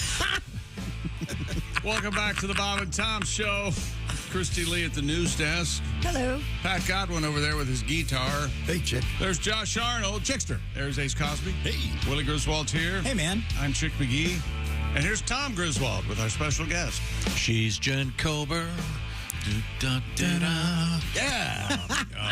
She is doing some stand-up. She's going to be tonight in Fort Wayne at the Summit Comedy Club. I'll give you some of our other dates in just a second. We are in the middle of a news story involving etiquette while flying. Yes. And we have a few things that we're all upset about. Miss Jackie Vernon Thompson from Florida advice. She does some kind of etiquette Why would anyone school. listen to someone from Florida about etiquette? I don't even understand that as a concept. The big one that's got all of us up in arms is about the proper etiquette about putting your bag in the overhead bin. She says the correct thing to do is sit in your seat with your bag on your lap until the aisle is clear of boarding passengers. Which is why no one should listen to Jackie Vernon Thompson. No, because you would not get a spot for your bag. It's ridiculous. She also mentions the smells, though. I will say that on my plane on the way here, someone put on cucumber melon hand sanitizer, and I wanted them dead. This was, I don't know what is in. You should not be, a cucumber melon anything should not be allowed on an airplane. I don't like scented soap. Yeah. And one day I got on a mission, and I went to 5 stores in a row and could not find any scent-free soap. Oh, boy. The squirter kind. Like scent-free, like Hand it soap. doesn't smell like anything? Yeah, it's called unscented. I finally found it. Wow. Online. It's called unscented. It's called online. It's called unscented. I don't like washing my hands and, Smelling like soap? Yeah, no, smelling like French whorehouse. Oh, no, I get that, but I like the soap smell, like a dial smell. Like, it's not bad. Dial's Right. not bad. Yeah. Or a nice lavender, something pleasant. No, I don't want a nice lavender. See, I like lavender, and I like too. right now I have Mum, and it is just one. Mums, yes. Smells like your mom? That's weird. Yes, it does. But British. That's right. Smells like an old British lady. Sort of a hint of Bangers and crumpet. mash? Corgis and gin. Trumpet farts. Trumpet farts. I'm sorry. So you're getting on a plane. This lady says you're supposed to sit in your seat with your hand luggage, and no, that's dumb. Yeah. No smelly foods. We talked about that. Removing fair. your shoes or socks. I don't know why you guys are mad at me because I removed my shoes. Don't your feet swell and then you can't get your shoes back on? That is a slight issue. Really? for the longer the flight, it's like, oh, wow, it does seem like I went up a size. Yeah, that's why they say wear compression socks or get up and walk around. Right. It's not that complicated. Just calm down. Just leave your shoes Spoken like a skinny man. Leave your shoes on. Spoken like a man whose blood circulates normally. Yeah. Spreading your legs out into the aisle. We talked about that. I don't agree with the whole complaint against man spreading. We have testicles, and they can get crushed. That's why God invented Johnson & Johnson cornstarch powder. You put a little cornstarch right under your little nuts. Then later on, if you get hungry, you can make hush puppies. You're done. First of all, Josh has little nuts. the presumption that you have small That's testicles. just what I heard from Bryce Dallas Howard. I don't know that that's true. It's why she won't return my calls. BB Arnold, she called me. Another don't. Switching your seats without getting permission from a crew member. Oh, screw off, crew member. Exactly. Good It's luck Mad with that. Max up here. And never ask to switch seats with a passenger if the seat you're offering is worse than the one you're currently in, than they're currently in. Well, yeah. Well, who's to judge what seats are worse? I don't understand that. Right. Well, Like a let's say you window have or an aisle. You like an aisle or a window? I don't Well, but if you're in a middle seat, you don't say to somebody in a window, hey, will you switch seats? Right. I mean, that's... Hey, I noticed you're in first class. Hey, listen, I'm over back by the bathroom. Yeah. Can we swap? Yeah. No. Not wearing a mask if you're prone to coughing. Well. This is the other one that I know is going to piss Tom off. Parents need to prevent children from being unsettled during flights that's true. and, quote, bring whatever it takes to calm them down. It's so much easier now. My God, Headphones and iPads and And everything. Benadryl. Everything. I was going to say Benadryl, a little knockout drop. You put a little fireball in their bottle, they're once fine. they're old enough to watch the screen, they're fine now. It's so much less. Vodka in the sippy cup. And above all, never forget to show patience and courtesy to flight attendants. So long as they're patient and courteous with us. Here we go. Oftentimes they're grouchy immediately. Oftentimes they're grouchy immediately. Isn't your daughter a former flight attendant? Former flight attendant, yes. Okay, so yes. No, I have a complaint. She and Josh have never gotten along. I'd like to have a referee at baggage claim. Okay. With a large yellow line around the carousel about 3 feet back. What? And you're not allowed to cross that line until your bag arrives. Oh, my gosh. And you can't have your entire family and all their relatives standing up there with you, blocking a third of the carousel. One person per family, please. There's a lot. Somebody else getting a hint of xenophobia in the air? I bet Tom was fun to travel with. How are those family vacations? I don't know why all those people have to bring their van up here. You know who I'm talking Park about. by the carousel. Drives me nuts. Oh, you're taking up 12 spaces for one bag. And for the family reunion, can't they stand over there? It's rare when I actually check a bag. I don't... me too. I have to now only because I'm traveling with merch. Yeah. Sure. You know what I mean? So I got to have like a whole suitcase that's nothing but T-shirts and hats. Yeah. Not for me. It's hard. Well, now, coming up, Christy, what do you got over there? Oh, we have a lot of animal news. We have alligators, crocodiles. Oh, my. What are those crazy things Are they up not to? the same thing? No, alligators and crocodiles are different. You know that. Is that true? I don't really think it's like the difference between, a Chihuahua and a Corgi. Like, is there really? Oh, God, don't get the Chihuahua people mad. And elephants doing yoga. We have that coming up. Hey, I did that in the privacy of my own home. Now, I'll tell you what, this plane thing is so interesting to me. None of you guys are bothered by the baggage claim thing? You haven't talked about the one hot button issue. What? Putting your seat back. Putting your seat back. That's not on the list. I say you can. No, you can't. It's rude. Well, and if What are you saying? What do you mean, no? What's it there for? If they don't want you to put the seat back, don't let It's not like it goes back far. That's because it's when, like 2 inches. when those seats were designed, there was more space. Oh, like you were in on the design of the plane. Yeah, this is called reading. Well, I tried to switch seats with somebody. You did? Yeah, the pilot. So he got all uppity about what the hell do you know? I need to be up here. Uppity is what he got, Josh. Uppity. Let's all just take it. Really? Look at him being uppity. Go ahead. Everybody relax. I think maybe that word's been retired. Yeah. Okay. We'll be right back. This is the Bob and Tom Show. Got a comment? Our email is bobandtom@bobandtom.com. More Bob and Tom next. State law.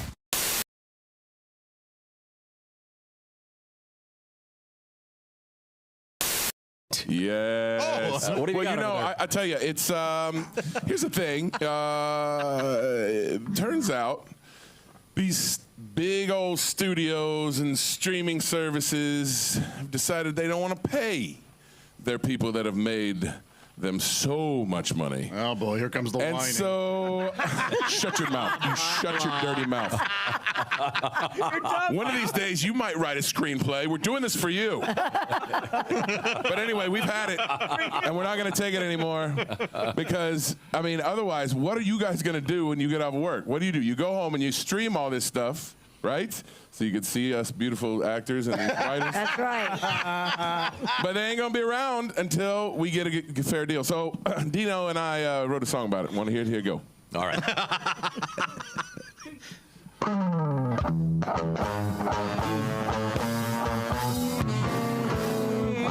Oh, my name is Drew Powell. I'm a star in Hollywood.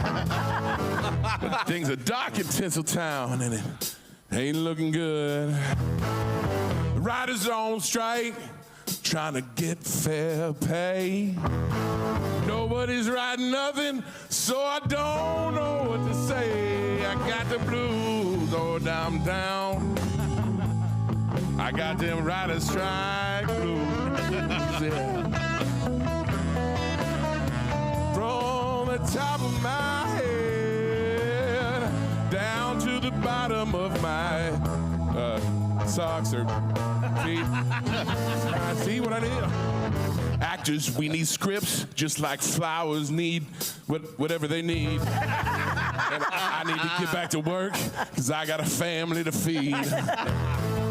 All you networks and studios, sit down and make a deal.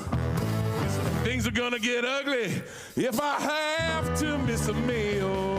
Lord, I'm down. I'm hungry, guys. I'm hungry. I got them writers' strike blues.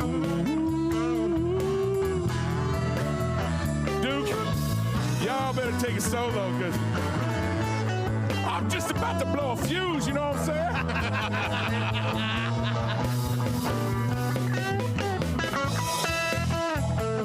You know, I think it's time for Netflix chill. I think Netflix, y'all gotta chill. Come on, Warner Brothers. Help a brother out. Hey, Amazon, it's prime time to make a deal. Pay your fair share. Nice. Yo, Disney, tell Mickey Mouse to slice off a little piece of cheese for these writers.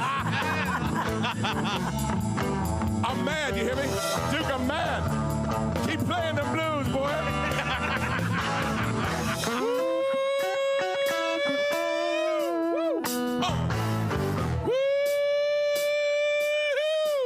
I'm so mad, I'm screaming. All right, here we go. We're going to bring it home now. You ready? But I'm down. I got them writers' strike blues. WGA Solidarity, brothers and sisters. United we win. But stay divided and we won't win. Like, see what I'm talking about? I don't understand. I need some help. I got the blues, man. Freaking pay them. Pay the people. I need a job. Power to the people. Let's go. Yeah. Thank you, Aaron Brockovich. Drew Powell, all the way from Hollywood. That's a great song.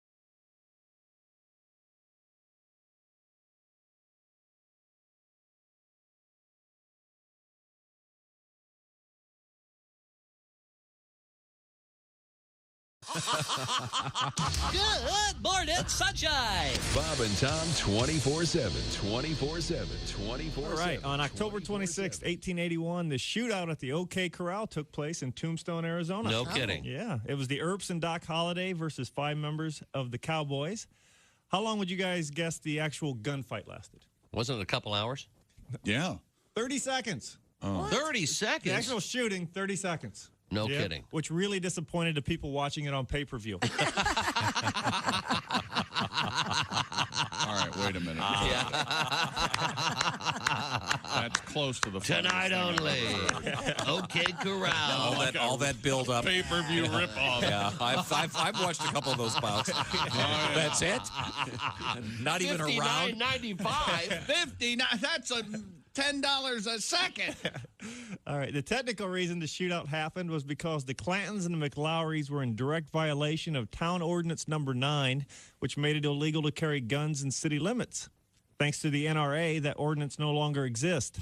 Yeah, now not only can you carry a gun, you can legally shoot people who smoke in restaurants. That's next. I know. That's next. Comedian David Dugan. Dave Dugan joins us in the studio. David Dugan. My formal name. You sound like a Grand Wizard. David Dugan, Grand Wizard. Stop. You have a couple young children. A couple young kids. Raising kids at that age is sort of like being hazed into a fraternity. Yeah. There was like a 2-minute time period the other day when I changed a dirty diaper, grounded up fruit chews out of the carpet while chocolate milk was being spilled down my back. Geez, if I could pants myself, I'd be a Fidel right now. Bob and Tom 24/7. Not on air, online, all the time. Up soon. Welcome back to the Bob and Tom Show. At the news desk, it's Christy Lee. Hello. There's Pat Godwin in the performance room. Hey, Chick. There's Josh Arnold. Hi there. Willie Griswold's over there. Good morning. There's Ace Cosby. Howdy. I'm Chick McGee, and here's Tom Griswold. Thank you very much. We have a guest, Tom. We do. She's right over there. But I'm not looking at her. Why not? Because I'm looking at her schedule, Josh. She's going to be in Fort Wayne, Indiana tonight at the Summit Comedy Club. Then it's Hilarities in Cleveland tomorrow night. And then the Funny Bone in Cincinnati on whatever night is after that. Wednesday. Or no, Thursday. Thursday. Cool. They all start to meld together. I'll just give you some cities. Oakmont, PA, Columbus, Ohio, Charlotte, North Carolina, Greenville, North Carolina. Greenville, South Carolina. What did I just say? You said North. But sorry. It's Charlotte, North Carolina, Greenville, South Carolina. Yes. Okay. Is there a website that we can check out? There is. JenCober.com. Jen, short for Jennifer Kober, like sober, but with a K. Yeah. Somewhere we can look where it's a little clearer than what he's doing. South Carolina, North Carolina, Columbus. What? I've been Greenville. everywhere, man. Minneapolis, St. Paul, On the Texas. road again. You know how far away this computer is from my face? Okay. That's probably so you can see it, right? 3.5 feet. Yeah, it's 52 inches. 52 inches, exactly 52 inches. I measured. It's a long story. Is it meant to be 52 inches? Yes, he had Wow. his glasses measured and all. Okay. So he says. That's really something. So he says. It's a simple fact. I would explain it, but it involves engineering and science. Way above my head. Two things he does not believe in. I could talk to my golden retriever, and they would. He's saying I'm stupid. There's a difference between being stupid and ignorant, but you're too dumb to know what it is. He's right. Girls, you're both pretty. You're both stupid. Stop it. It's my favorite line of the year. I'm sorry. Stop. Could we move forward here? Christy Lee is at the news desk. boy. Jen Kober is an actor and a comedian, and she's on a special summer tour. Yes. And you're going to be all over the place. Yes. And you are also featured in The Mandalorian, and I'd like you to describe what other people call the episode. I don't want to be mean. They've called it the fat episode because it features fat people. Me, Jack Black, and Lizzo are all three in this episode of apparently a series that does not employ fat people. I did not realize. Now, are you all from like a fat planet? No. No, they are the Pluto, planet fatness. we're on the same. They are the rulers of the planet we are on. So apparently, it's a planet ruled by bigger folk. That's what I see. But I'm a droid doctor. I am a lab specialist. That's important work. Thank you for your service. A coroner in a lab full of droids. Tom, we got a ship landing from Gordo. Could you go? Oh, boy. See, My that's housekeeper gonna be- did call me Gordita for a long time before I figured out what that meant. But God bless That's her. kind of sweet, though. It was very sweet until she would always say it to me while like pinching my little fat cheek, and so I was always like, "Oh, it's very endearing." Then I found out it meant like little fat one, and It's also sort of. all right, Chubbo would have been nice. So it's very interesting that I never thought about that, but the world's getting to acknowledge all kinds of people, all sizes, all shapes. Yeah. which terrifies you, leads to, doesn't it? calm down. As you know, I'm going somewhere with this. Where are you going? It's a hell. I don't want to go. All sorts of people, no matter how odd or strange they are. No matter Every how pot has a lesser they lid. are. No matter how filthy or dirty or ungodly they might be. We have been talking about yoga recently. Yep. And I'm getting kind of tired of this, but it's always yoga with goats. Yesterday it was beer yoga. Right. Sounds Today, Oh, in California they do weed yoga. Oh. Really? It's real good. again, It's real. again, really. We all just lay in the child's pose and no one moves. I thought it would be corpse pose. That's even better. Jen, don't tell the cops, but in my living room, I also do weed yoga. No, that's What's today's? Today, it's elephants at the Houston Zoo have taken up daily yoga classes to stay limber and healthy. The Houston Chronicle reports all 12 members of the zoo's elephant herd do multiple training sets, and even one elephant named Tess can do a handstand. The dumps have to just be magnificent. The yoga sessions are done during the animals' health checks, and some of the older elephants do sets at least twice a day to keep their joints moving. Wow. The sessions, See, by the way, joints? are voluntary. Elephants are rewarded with special treats for participating.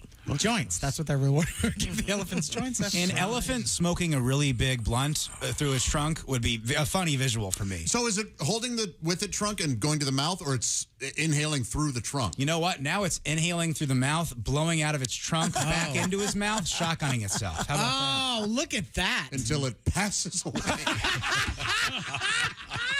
You guys are terrible. that? Kills more elephants than the Ringling Brothers have did. Oh, my God.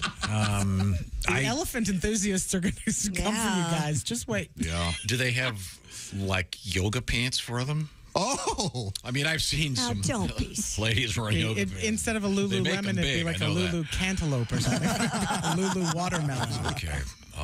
Did you know that I did a little research here? Yes. that's always dangerous. Do you know that elephants have a prehensile penis? No, they What does don't. that word mean? Like their trunks are As prehensile, someone they who can- is not versed in the ways of a They can penis, move and can I have some They can context? pick things here? up. No, it can't pick things up. For example, But it can find a certain, hole. certain monkeys, I guess, will have a prehensile tail. They can It can hold find stuff with the. their tail. No, it can't do that. It can hold things? navigate where the hole is. It can grip things. No, apparently. it can't. According to this, it says elephants have a prehensile penis. They can move and grip things. Now, which one of us has had a hold of an elephant's penis? You have, Chick. That's exactly right. And it couldn't grip you back, but it could No. find its way into a hole. That's exactly right. And let me tell you something. That elephant was tender. We've been dating for 6 months. You never forget it. He never called. It says National Geographic writer and photographer Ed Young was That in guy's a hack. South Africa. He watched a bull elephant use its male member to prop himself up, swat flies, and scratch himself on the stomach. That's okay, but none of that is grabbing. But can he do push-ups with it? That's what I want to know. The one penis push-up. Can he do? Can he hold a hot dog and eat it? Oh, can you grab it? Hello, Bob and Tom Show. Hey, Bob and Tom Show, Jumbo the elephant. Hi, Jumbo. Hey, Jumbo, is this article I'm reading about National Geographic, is this true? You can Oh, use your- yeah, the one about elephant dick, yeah. Behave, Jumbo. Absolutely. Got it. I can't believe you guys didn't know that, man. I didn't know that. I was just reading about it. Are you kidding? You never talked to Terry the tripod? No. Why do they call him that? Oh, this dude was impressive even by elephant standards, Josh. I see. Oh, yeah, I can't believe you didn't know that we was prehensile with those things. There's one chick I knew that she used to go to this one place out in Vegas. Yeah. There was an elephant that could deal blackjack with that thing. With his. Oh yeah. Oh my gosh. Oh yeah. Don't let him anywhere near the craps table though, man. The combine is not what you think it is. You know what I mean? Where's the craps table? You know what I mean? Yeah. Yeah. Oh, boy. I'm not getting any of this. Jen, baby. Jen, Yes. baby, I heard you was on that fat episode. I was on the fat episode. Did you watch it? Oh, baby, it made me so hot. I think you are just my type. Thank you. Thank you. We should get together and eat something. Oh, let's go get a bite to eat.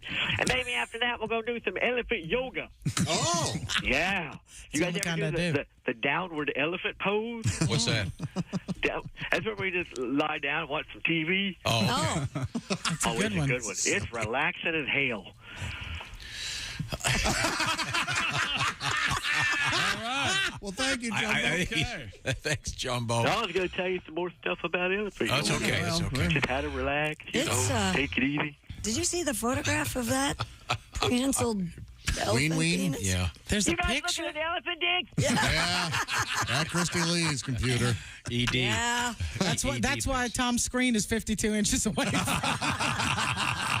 that thing near me. It's, Well, elephant yoga.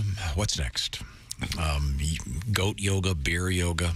Okay. There's puppy yoga. Puppy yoga. Oh, that sounds sweet. adorable. That's sweet. Yeah. It is. Oh, really? Yeah. You don't like puppies? Come on. Of course, I've got two of them right now. I just you're going to be downward dogging into a pile of pee-pee. Oh, jeez. Oh, a little tinkle don't hurt nobody. That's right. I've tried telling every prostitute that. And it's a tough I sell. still want the extra $50. That's right. There's a reason they call it golden showers. It's delightful. Well, a man jumped into an alligator enclosure at Busch Gardens, Tampa Bay recently. Yeah, he Why? The man jumped 2 fences to get inside the alligator habitat, ignoring multiple signs and barriers that indicate it was a restricted area. WTVT. WTVT. Unleashing the power of truth. Wow. That's nothing. That's so vague and stupid. What do you think of that? What, that Stalin? Reports that a park goer captured video of the man standing on the banks of the enclosure while onlookers shouted him to get out of the area. He then puts on an Australian accent in an apparent attempt to sound like Steve Irwin. I like this guy. While he yells now back he has at the the crowd. opportunity to die like Steve I was going Irwin. to say, isn't he dead? Okay. The theme park said its security and animal care teams responded immediately, adding that it's working with law enforcement on the matter. And Why did the man do this? Did he give us a reason? No. He's a showman. He jumps in there. Oh, crikey. Willie and I are laughing, high-fiving. We should be so lucky that this man donates his time. Yes. He's a true showman. An artist. He's probably higher than hell. Probably. Thinks he can talk to the alligators. I wish I'd been there. I would have gone, ladies and gentlemen, over at the alligator enclosure, it's apparently feeding time. And there's Lester. Or we'll just call him lunch. The problem, and then if this guy had gotten eaten, then his family would sue the zoo. Yep. Because the guy Spider-Man'd over two You do really think enclosures. anyone would award him any money? Well, yeah. Jumping 2 fences. Yep. And ignoring maybe look, it's Florida. Maybe he couldn't read them signs. They keep banning the books. Just saying, there are those that would say. Some of those books say don't go near the alligators. And if you don't know that, we should have read that one. Right now. Speaking of eating. Lyle the crocodile. I'm just saying that if you're not reading it, you don't know. Eating is certainly something we all must do to fuel our bodies. Oh, but sometimes we do it just for pleasure. Josh, here. And you know who loves to eat? Dad. Of course. And Dad loves steak. That's right. With Father's Day just around the corner, I say head on over to omahasteaks.com. Use promo code BTS at checkout. You're going to get $30 off your qualifying order. Oh, Omaha Steaks, perfectly aged, always tender. And the Father's Day experts, they've curated some wonderful hand-selected packages that are going to put a smile on old Dad's face this summer. Packages that can include bacon-wrapped filets mignon air-chilled boneless chicken broth. That's breasts in French. Burgers, jumbo franks, so much more. Whether he's your father, a father-in-law, or a father figure, he's the guy who has always been ready to step up when you needed him most. Now it's your turn. This Father's Day, show him the love with the only gift that's as unforgettable as he, the mouth-watering perfection of Omaha Steaks. Don't wait. Go to omahasteaks.com, use code BTS at checkout, get $30 off, an unforgettable gift guaranteed to make Dad's day. Because if there's one thing we know, and there's not many things we know, but this is certainly one of them, it's that dads want steak. That's omahasteaks.com, code BTS at checkout. Jen, I know you're a griller. You'd be able to grill up some of these beauties. That's right. Tomahawks are my Delicious. Thank you. Don't forget, dads want steaks for Father's Day. When we come back, we're going to hang out with Jen and Reno Collier, another Southern gentleman. This is the Bob and Tom Show. Thanks for listening.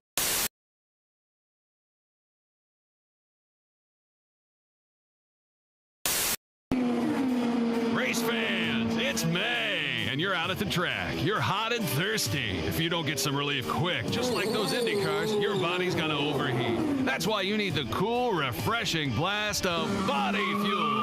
It's like an overhaul for your body in a 12-ounce can. Just one drink, and you'll be refueled and ready for anything your busy lifestyle demands. Excuse me, sir. You look hot and thirsty.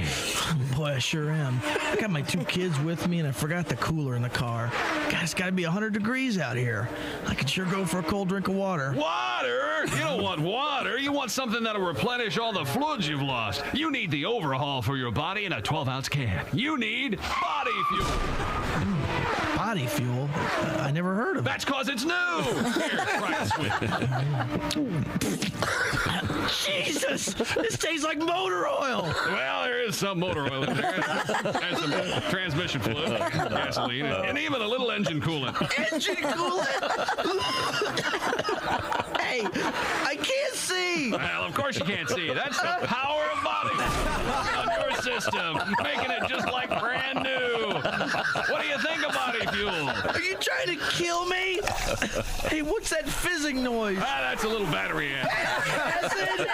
It'll keep your body running smooth and efficient. How do you like the sporty racing look of the package? I can't see it. I can't see anything. Well, it's very sporty. Don't worry, preliminary testing shows that the blindness is only a temporary side effect. Anyway, how about that refreshing, cool, clear taste? Come here. I'm going to sue you bastards. Come here. Where are you? I can't see anything. Body fuel. When you're so thirsty you could die, try one of Body Fuel's 3 delicious flavors: original lemon lime, iced tea, or diesel. I can't feel my tongue. My gums are bleeding. My gums are bleeding. Body Fuel from the people who brought you Thirspiration Plus. It's the health drink for those on the run. Go out and pick up some Body Fuel today at a supermarket or auto parts store near you. Come here, you son of a bitch.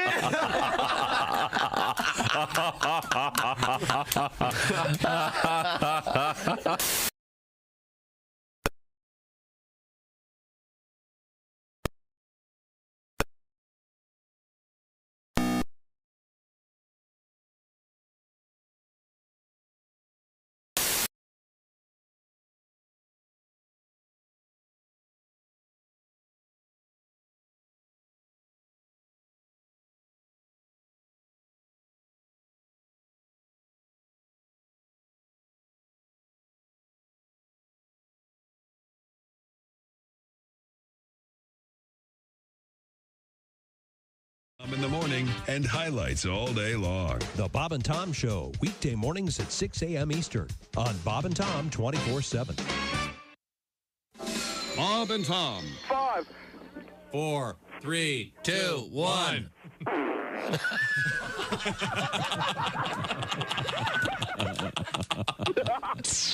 They put the F in professional. Frigamall Broadcasting presents another Bob and Tom Olympic moment in history. The year was 1912. The place, Hocker on Rhine, Germany.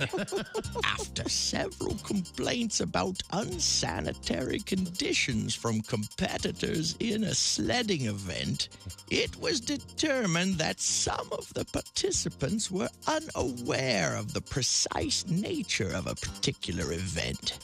Once the officials removed all the phlegm balls from the course and explained that the name of the event was pronounced luge and not loogie, the competition continued without any further problems. Ironically, the eventual winner of the luge event was an Austrian named Karl Boogermeister. He took the gold medal by a narrow margin over Norwegian athlete who was disqualified. This has been another Bob and Tom Olympic moment in history. Hi, this is Dr. Will Miller, and you're listening to Bob and Tom 24/7. Kiwi Rogers is our guest. Kiwi, having just met you, I can guess you're obviously an athlete. Yeah, I work out a little bit. They have the whole thing where you pump weights and all that stuff. Yeah. You got to have that cardiovascular, man. Mm-hmm. I was playing basketball the other day. They made me guard the worst dude on the other teams. It was a fat dude wearing thongs. Man. You know standing on the court smoking a cigarette. You know I was in bad shape. And you couldn't keep up with him. I couldn't keep up with him. I got involved with that aerobics. Don't like aerobics, man. That's too much like sex. It is. Aerobics? Yeah, you sweat, muscles hurt, and then you got a woman up there telling you you're not doing it right. So, Mark, you're a single guy. Yeah, I tell you, though, it's tough because I got these neighbors behind me. Really? My neighbor, Gail, very... Gail? Gail is a woman who just moved. Her bedroom wall is right behind mine, and she has a new boyfriend. Mm-hmm. And I found this out. His name is...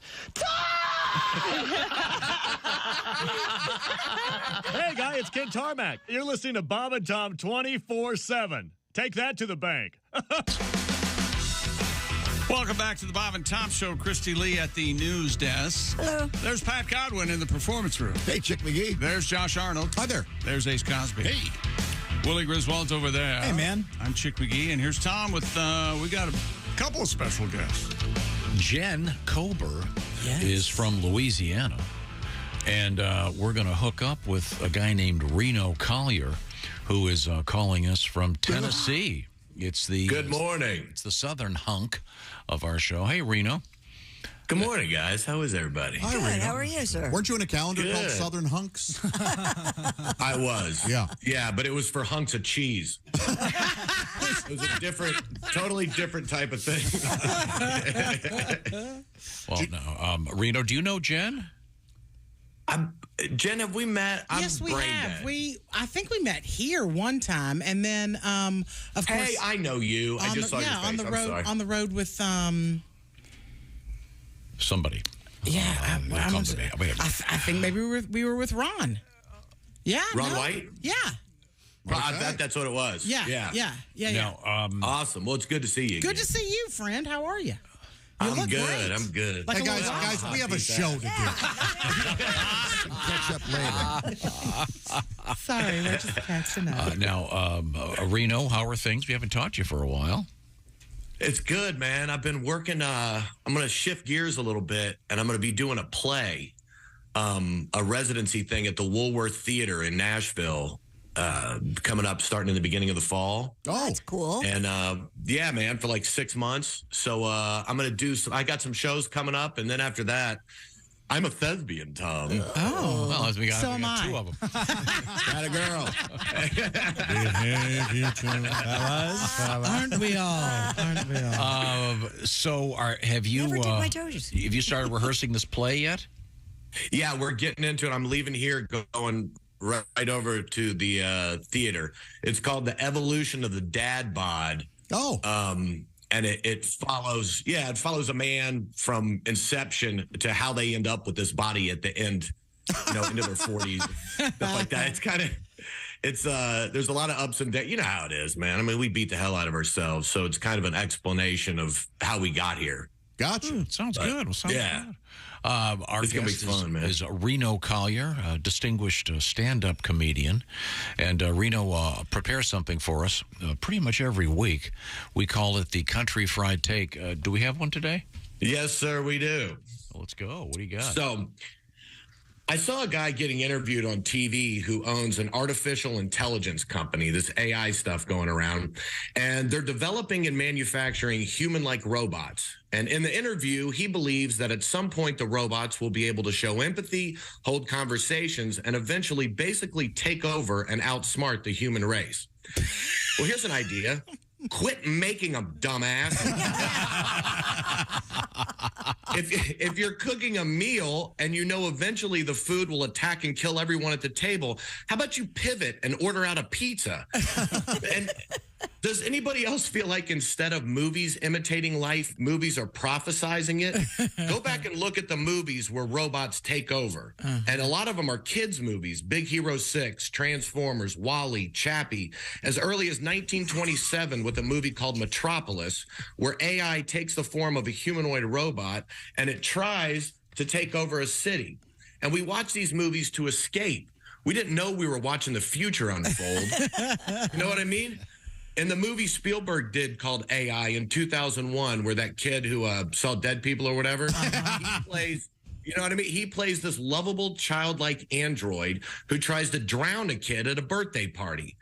Now, who watched that and was like, I think we need a couple 100,000 of those things. You know, just to put in McDonald's so we don't have to pay $16 an hour.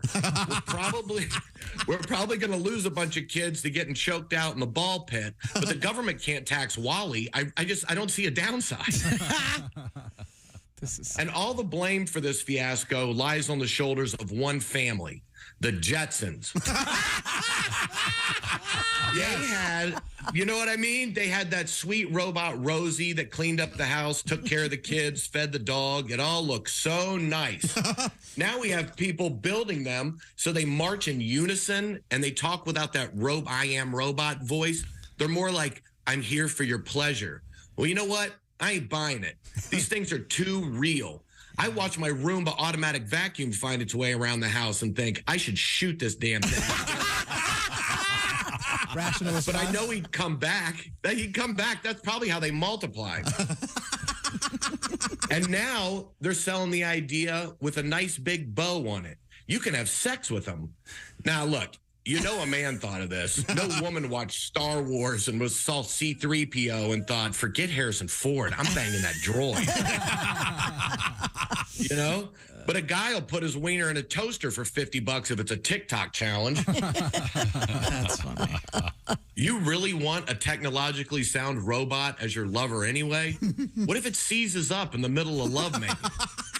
You know? You think Apple Store's lines are too long now? Wait till there's 200 nerds with their peckers stuck in a sex bot packed in there. And the people are just running around. Just hold both buttons on the side of her head at the same time to release. Like, I did that. I did that a bunch of times. It just keeps taking my picture. All I'm saying is, if we ever had a reason to come together as a people, it's now. If we start sicking these things on each other, we're done. So love your neighbor and get as close with them as you can, because eventually we're going to have to fight these damn things. You know what I mean? Plus, someone's going to need to come over to your house and push those buttons on the side of that robot chick's head. Man, and we already we canceled. We canceled Will Smith. He can't save us. Did he save us all in iRobot? We're done. Yeah. Very good. Maybe that German Shepherd. Very nice. Now, Reno, you're not aware of this, nor are you, Jen, but we happen to have America's finest impressionist of the Jetsons made. Josh, do you care? Jen, I don't know if you, and Reno, there was a very sought-after episode of the Jetsons. It's hard to find. It's lost. It is lost. Allegedly, but it's out there on the internet. Where George Jetson and Rosie had an illicit affair. Oh. And here's we got some audio from that here. Hey, Mr. J, the new suck nozzle has arrived. Shall I put it on? Gee, Rosie, sounds good to me. Jen, your thoughts? I am in shock. I am. At what passes for comedy? Mr. Cosley is not. Cogswell Cogs? Cogswell, yeah, that's his name. Cogswell. There you go. A great show. Well, I think that's the second reference to the Jetsons today. So I introduced Jen Kober. I went, here's Jen Kober. Well, thanks, Reno. Great stuff. Good luck with the play. We'll talk to you soon. Thanks. Love you guys. Jen, it was great to see you. I hope all y'all have a good week. Yes, yeah, you too, thanks, Reno. man. Reno. See you, buddy. All right. Now, Christy Lee is astride the news chair.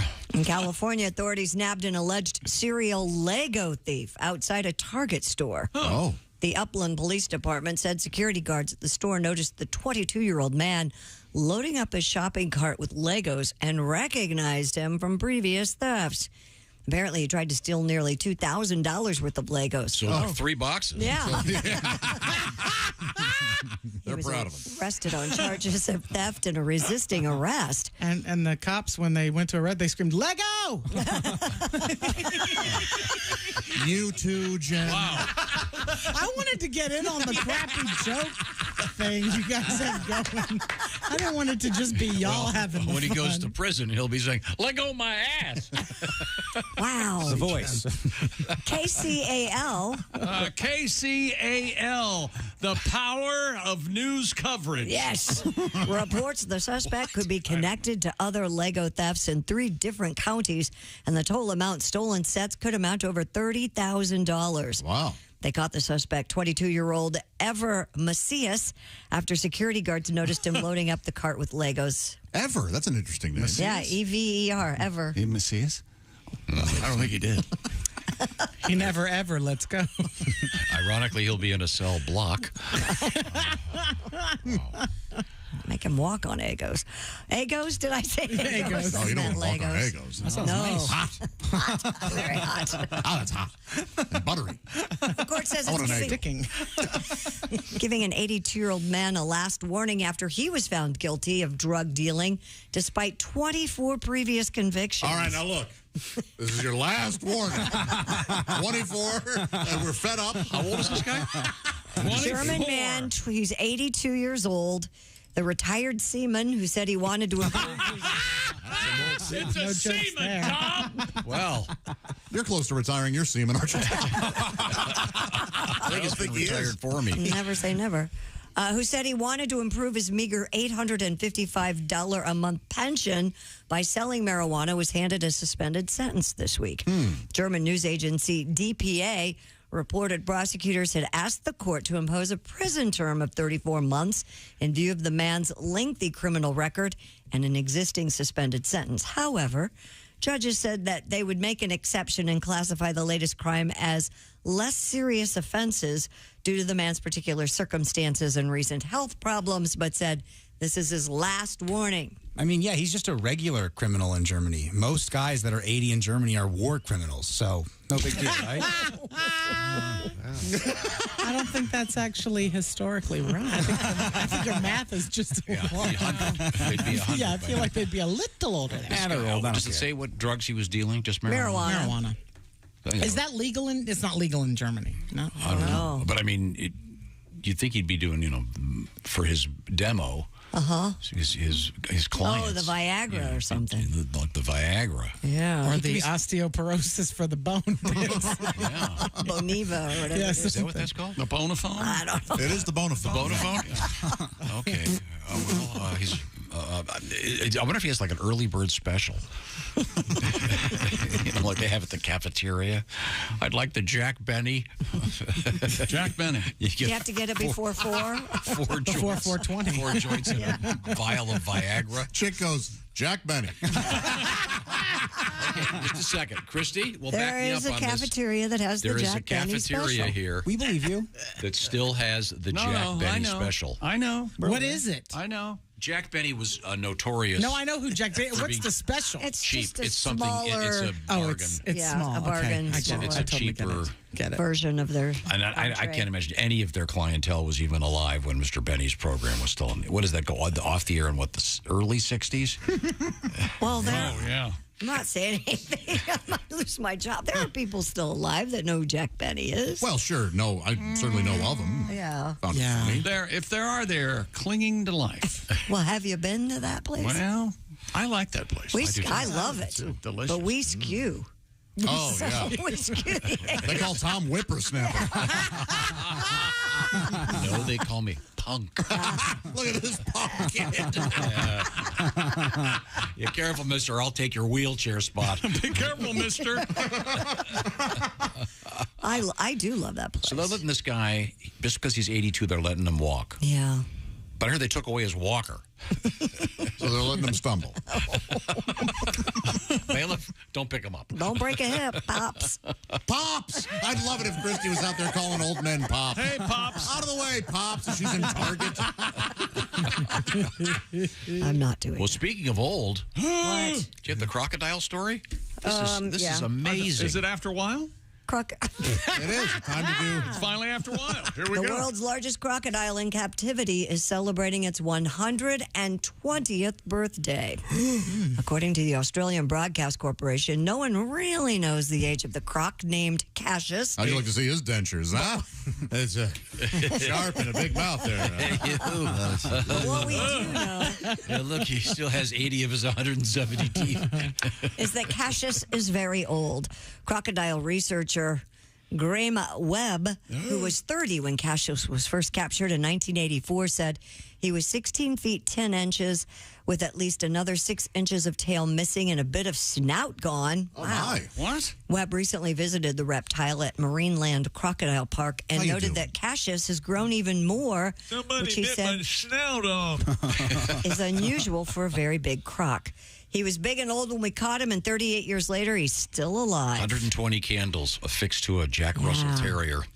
Well, what you don't know is the reason a bit of his snout is missing is because Cassius fought under the name Muhammad Ali. Oh, that's what happened. I see.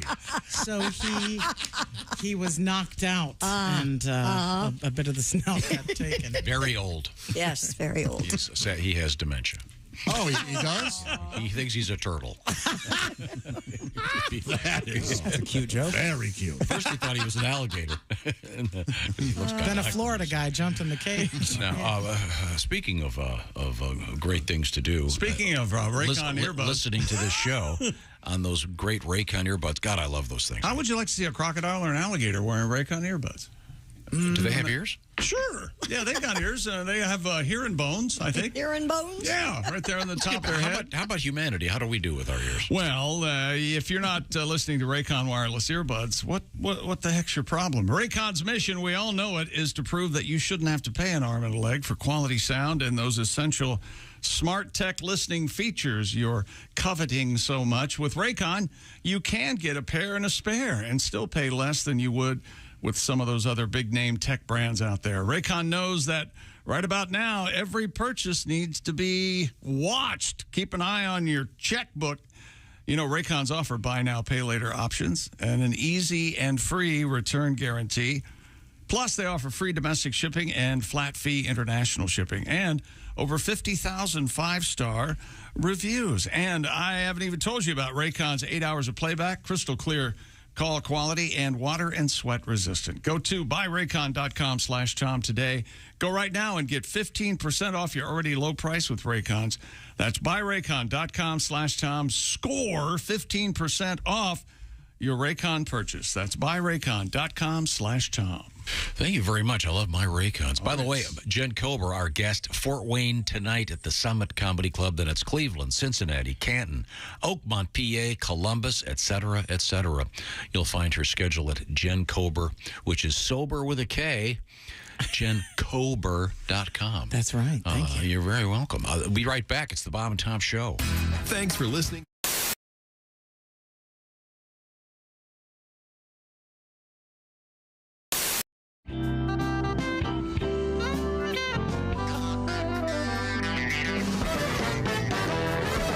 He's coming for you. He's gonna get you. Take the Wiener Man. He's coming for you. He's gonna get you. Take the Wiener Man.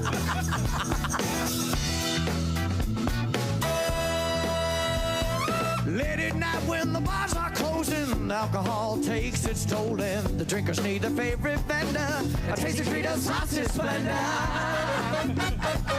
Little man behind the car, police can't catch him because he's way too smart. The smell of mustard and a big umbrella, hot dog man's got the perfect cover.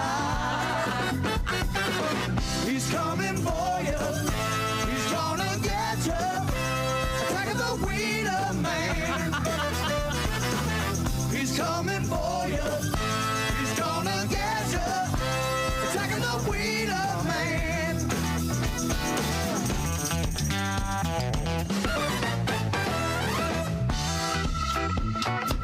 Oh, yeah.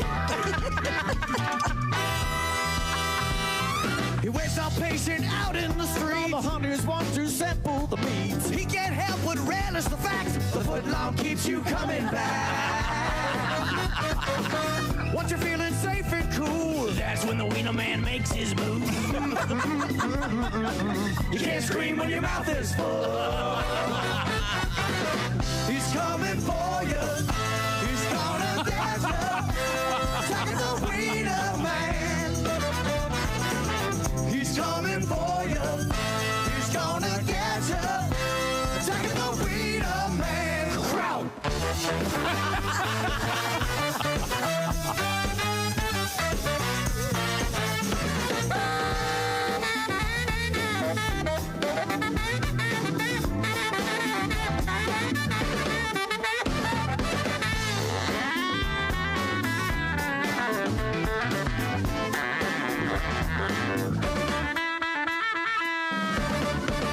He's coming for you. He's gonna get you. Attacking the wiener man. He's coming for you. He's gonna get you. Attacking the wiener man. He's coming for you. He's gonna get you. The wiener man. Attacking the wiener man. Attacking the wiener man. The wiener baby. Attacking the wiener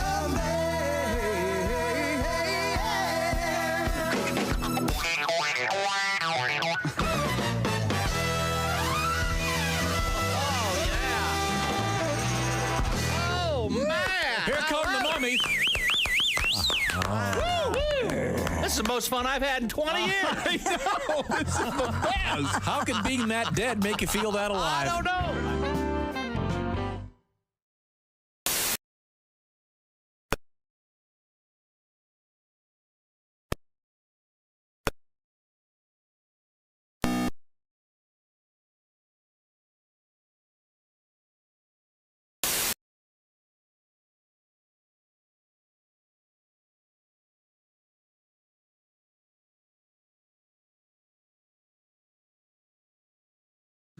As the Cheeseman family napped in their home following a baked bean dinner. Finally, we'll meet Harriet Billingsley, who, upon discovering a swarm of pubic lice, rushed to the drugstore to get a bottle of Quell shampoo, and on impulse, purchased what turned out to be $1 million winning lottery ticket.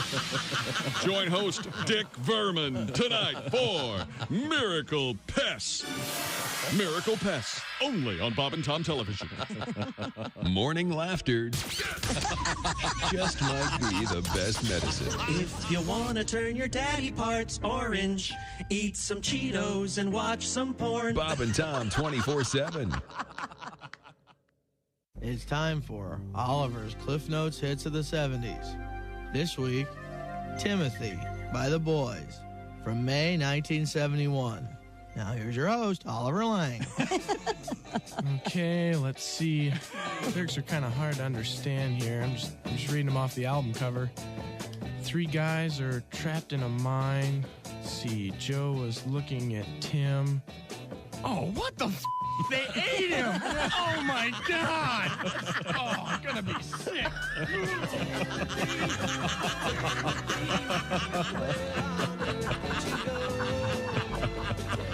This has been Oliver's Cliff Notes Hits of the 70s.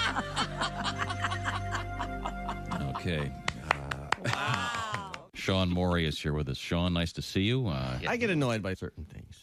People who use the word friggin'. Friggin'? What the hell is that? Make a stand. Either say the F word or say golly gosh darn. Right. What does friggin' mean anyway? I'm almost mad enough to cuss. Don't push me. I'll say friggin'. I don't give a shooby dooby.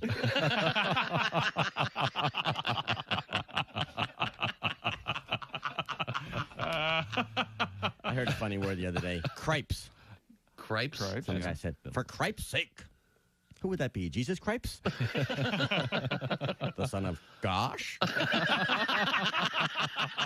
I was flying from South Bend to here.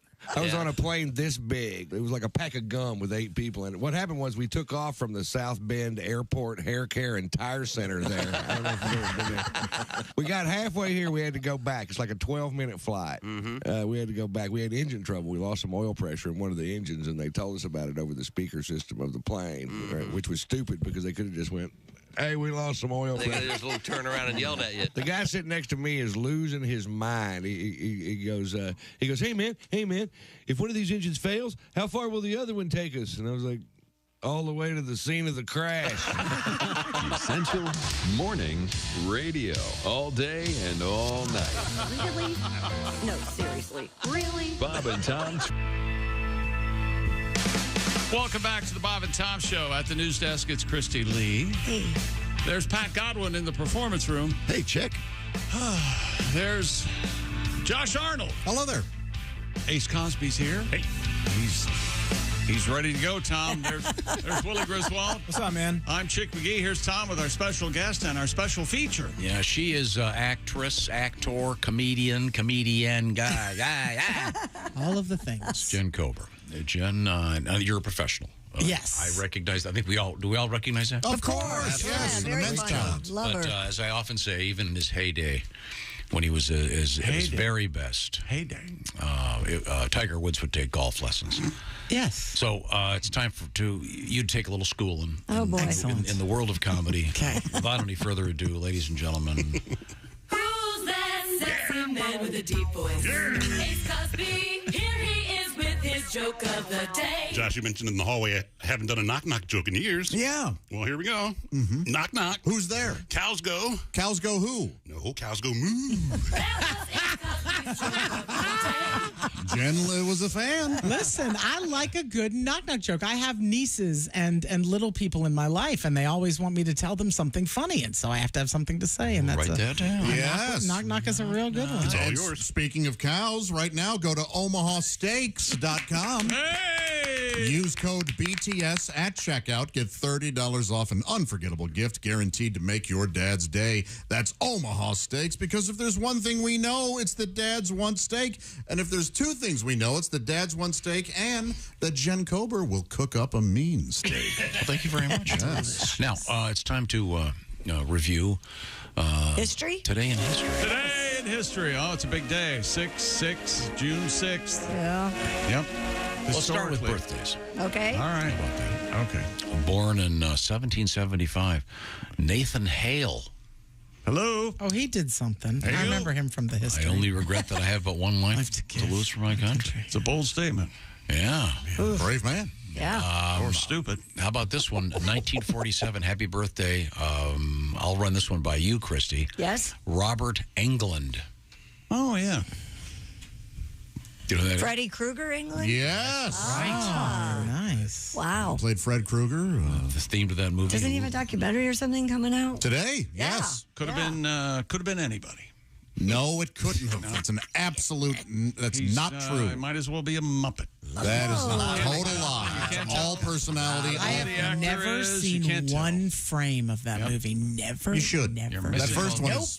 The documentary is nothing. The documentary is called "Let's Go Krugering." Or how about Krugeran? Okay. Watch out, but Kruger's. I can't wait to watch it. Available on Scream. It's Screambox. Are you a Screambox subscriber? No, I don't know what that means. It's like a Netflix for horror film. I've never seen. I'm with you. I've never I seen can't that. imagine anything worse. Which one is Freddy Krueger? Is that Halloween? No, He's it's Nightmare on Elm Street. Sorry, I never Sweater guy, right? Halloween is Michael Myers. Even I know Yes. that. It's the guy in the mask. I'm not interested. Thank you. No, the mask is Friday the 13th. See, I don't even know what I'm talking Okay, about. let's see. Many have masks. Michael Myers wears a mask. He does wear a mask. One of my favorite It's not the movies is Holocaust. Sideways. Paul Giamatti, happy birthday, born in 1967. Literally my favorite actor. Really? Yes. No kidding. He You could remind play. me of He could him. play you.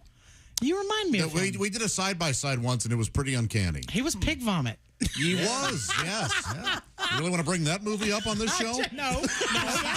That's too late now. Sorry. Sounded like she called you pig vomit. That's what I did. This Yes, next one, Tom. this is a little bit inside, but this one's really tricky. Happy birthday, 1974, Matthew Schaefer. When you want more than one guy? Schaefer? No? Let's ring a bell, Ace. Matthew Schaefer. You've had lunch with him. Uncle Cracker? It's Uncle Cracker. Wow. It was dinner. Yeah, the jumbo. You supped with Uncle Cracker? Huh. Yes, And you dinner. didn't know his real name? That's interesting. What did you call Don't know do his how friends he call let me him? and Crack or don't know Uncle? Or- They just called him Uncle. Really? Uncle, pass the salt? Okay. Let's see.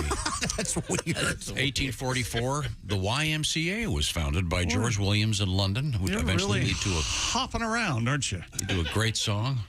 1844? Gave birth to 7 gay men dressed like workers. Was it 7? Were they all gay? I feel like they were. Yes, they were all The gay. lead weren't they? singer was I think apparently not. The cop definitely was. He was the mustachioed? Yeah. Well, that was the biker. Oh, that's the biker? Okay. I don't want to say anything, The but construction worker. you can tell. How about this one? This is for you, Jen. Yeah. This man founded what company? His name was Walter Chrysler. You got this. You got this. Don't think too Victoria's Secret. He was going to call it Walter's Place, but that's not kinda weird. Jesus Chrysler. Well, the final episode of the Ed Sullivan Show. Happens tonight, 7:30 Central. It'll be very special. 1971. In Tom's world. Great show. The Also Beatles. today, I think Bob Newhart was the last show, or was it Jopo yesterday? Joe. The second, the big finale where Suzanne Plachette wakes up with it. That one. Oh, really? Oh, wow. And then Sex and the City premiered on this date in 1998. Okay, we're obviously I'm a the fan. bottom of the barrel. Not a big fan of the latest thing. Oh, and just like that? Yeah, they got rid of one of the most interesting characters. She's coming back. She's for the No, last I'm talking about episode. Mr. Big. Oh, I talking about Kim They Cattrall. killed him. Time now for things we learned today. We started with Greg Hahn talking about women and points, and he's down. I That's love how Greg Hahn. we started. Tom didn't push anything until he unpushed it. That's right. That happened this morning. Boy, that was fascinating And logic. also, Tom's phone is playing Men Without Hats, the safety dance, for some reason, and he can't figure it out. Whenever it links to my car, it starts playing the safety dance. Right. He's having no idea why. trouble. It's like somebody's opened your Apple Yeah, Music, it's your Apple Music. apparently. Yeah, your Apple Music is Big playing trouble. that. Why? He claimed his iPhone doesn't have that. If you remember correctly, my phone doesn't have that. I've never activated that. You know, your phone pretty much has everything. Oh, sorry. We all do. I hate the idea of being pen pals. I don't care for it. Mind your own business. It is lame. Yep. Tom ran 3 red lights on his way to work this morning and is completely unconcerned about it and will probably run 3 lights tomorrow morning as well. Just depends. No, I don't think it does. I think you look forward to it. You love it. You scoff law. It makes you Braggart. feel alive. Devil may care, ne'er-do-well. That's right. Scofflaw. Something bad Look happens. to the left, look to the right. There's nobody anywhere near here. I guess I'll just sit and wait for the muggers to come get me. Now we're to the crux of the issue. He's afraid of muggers. Where you live? Yeah. Well, I had to get. Well, let me I tell have you to something. get He has from to there drive from to here. there to here. The muggers would stand out. He can't stop. Thanks, Jen. Jen tonight is at the Summit Comedy Club, Fort Wayne. Her dates are at jenkober.com. It's Cobra with a K. This is the Bob and Tom Show. Hey, thanks for listening to the Bob and Tom Show this morning. Get a look at today's show on our YouTube channel.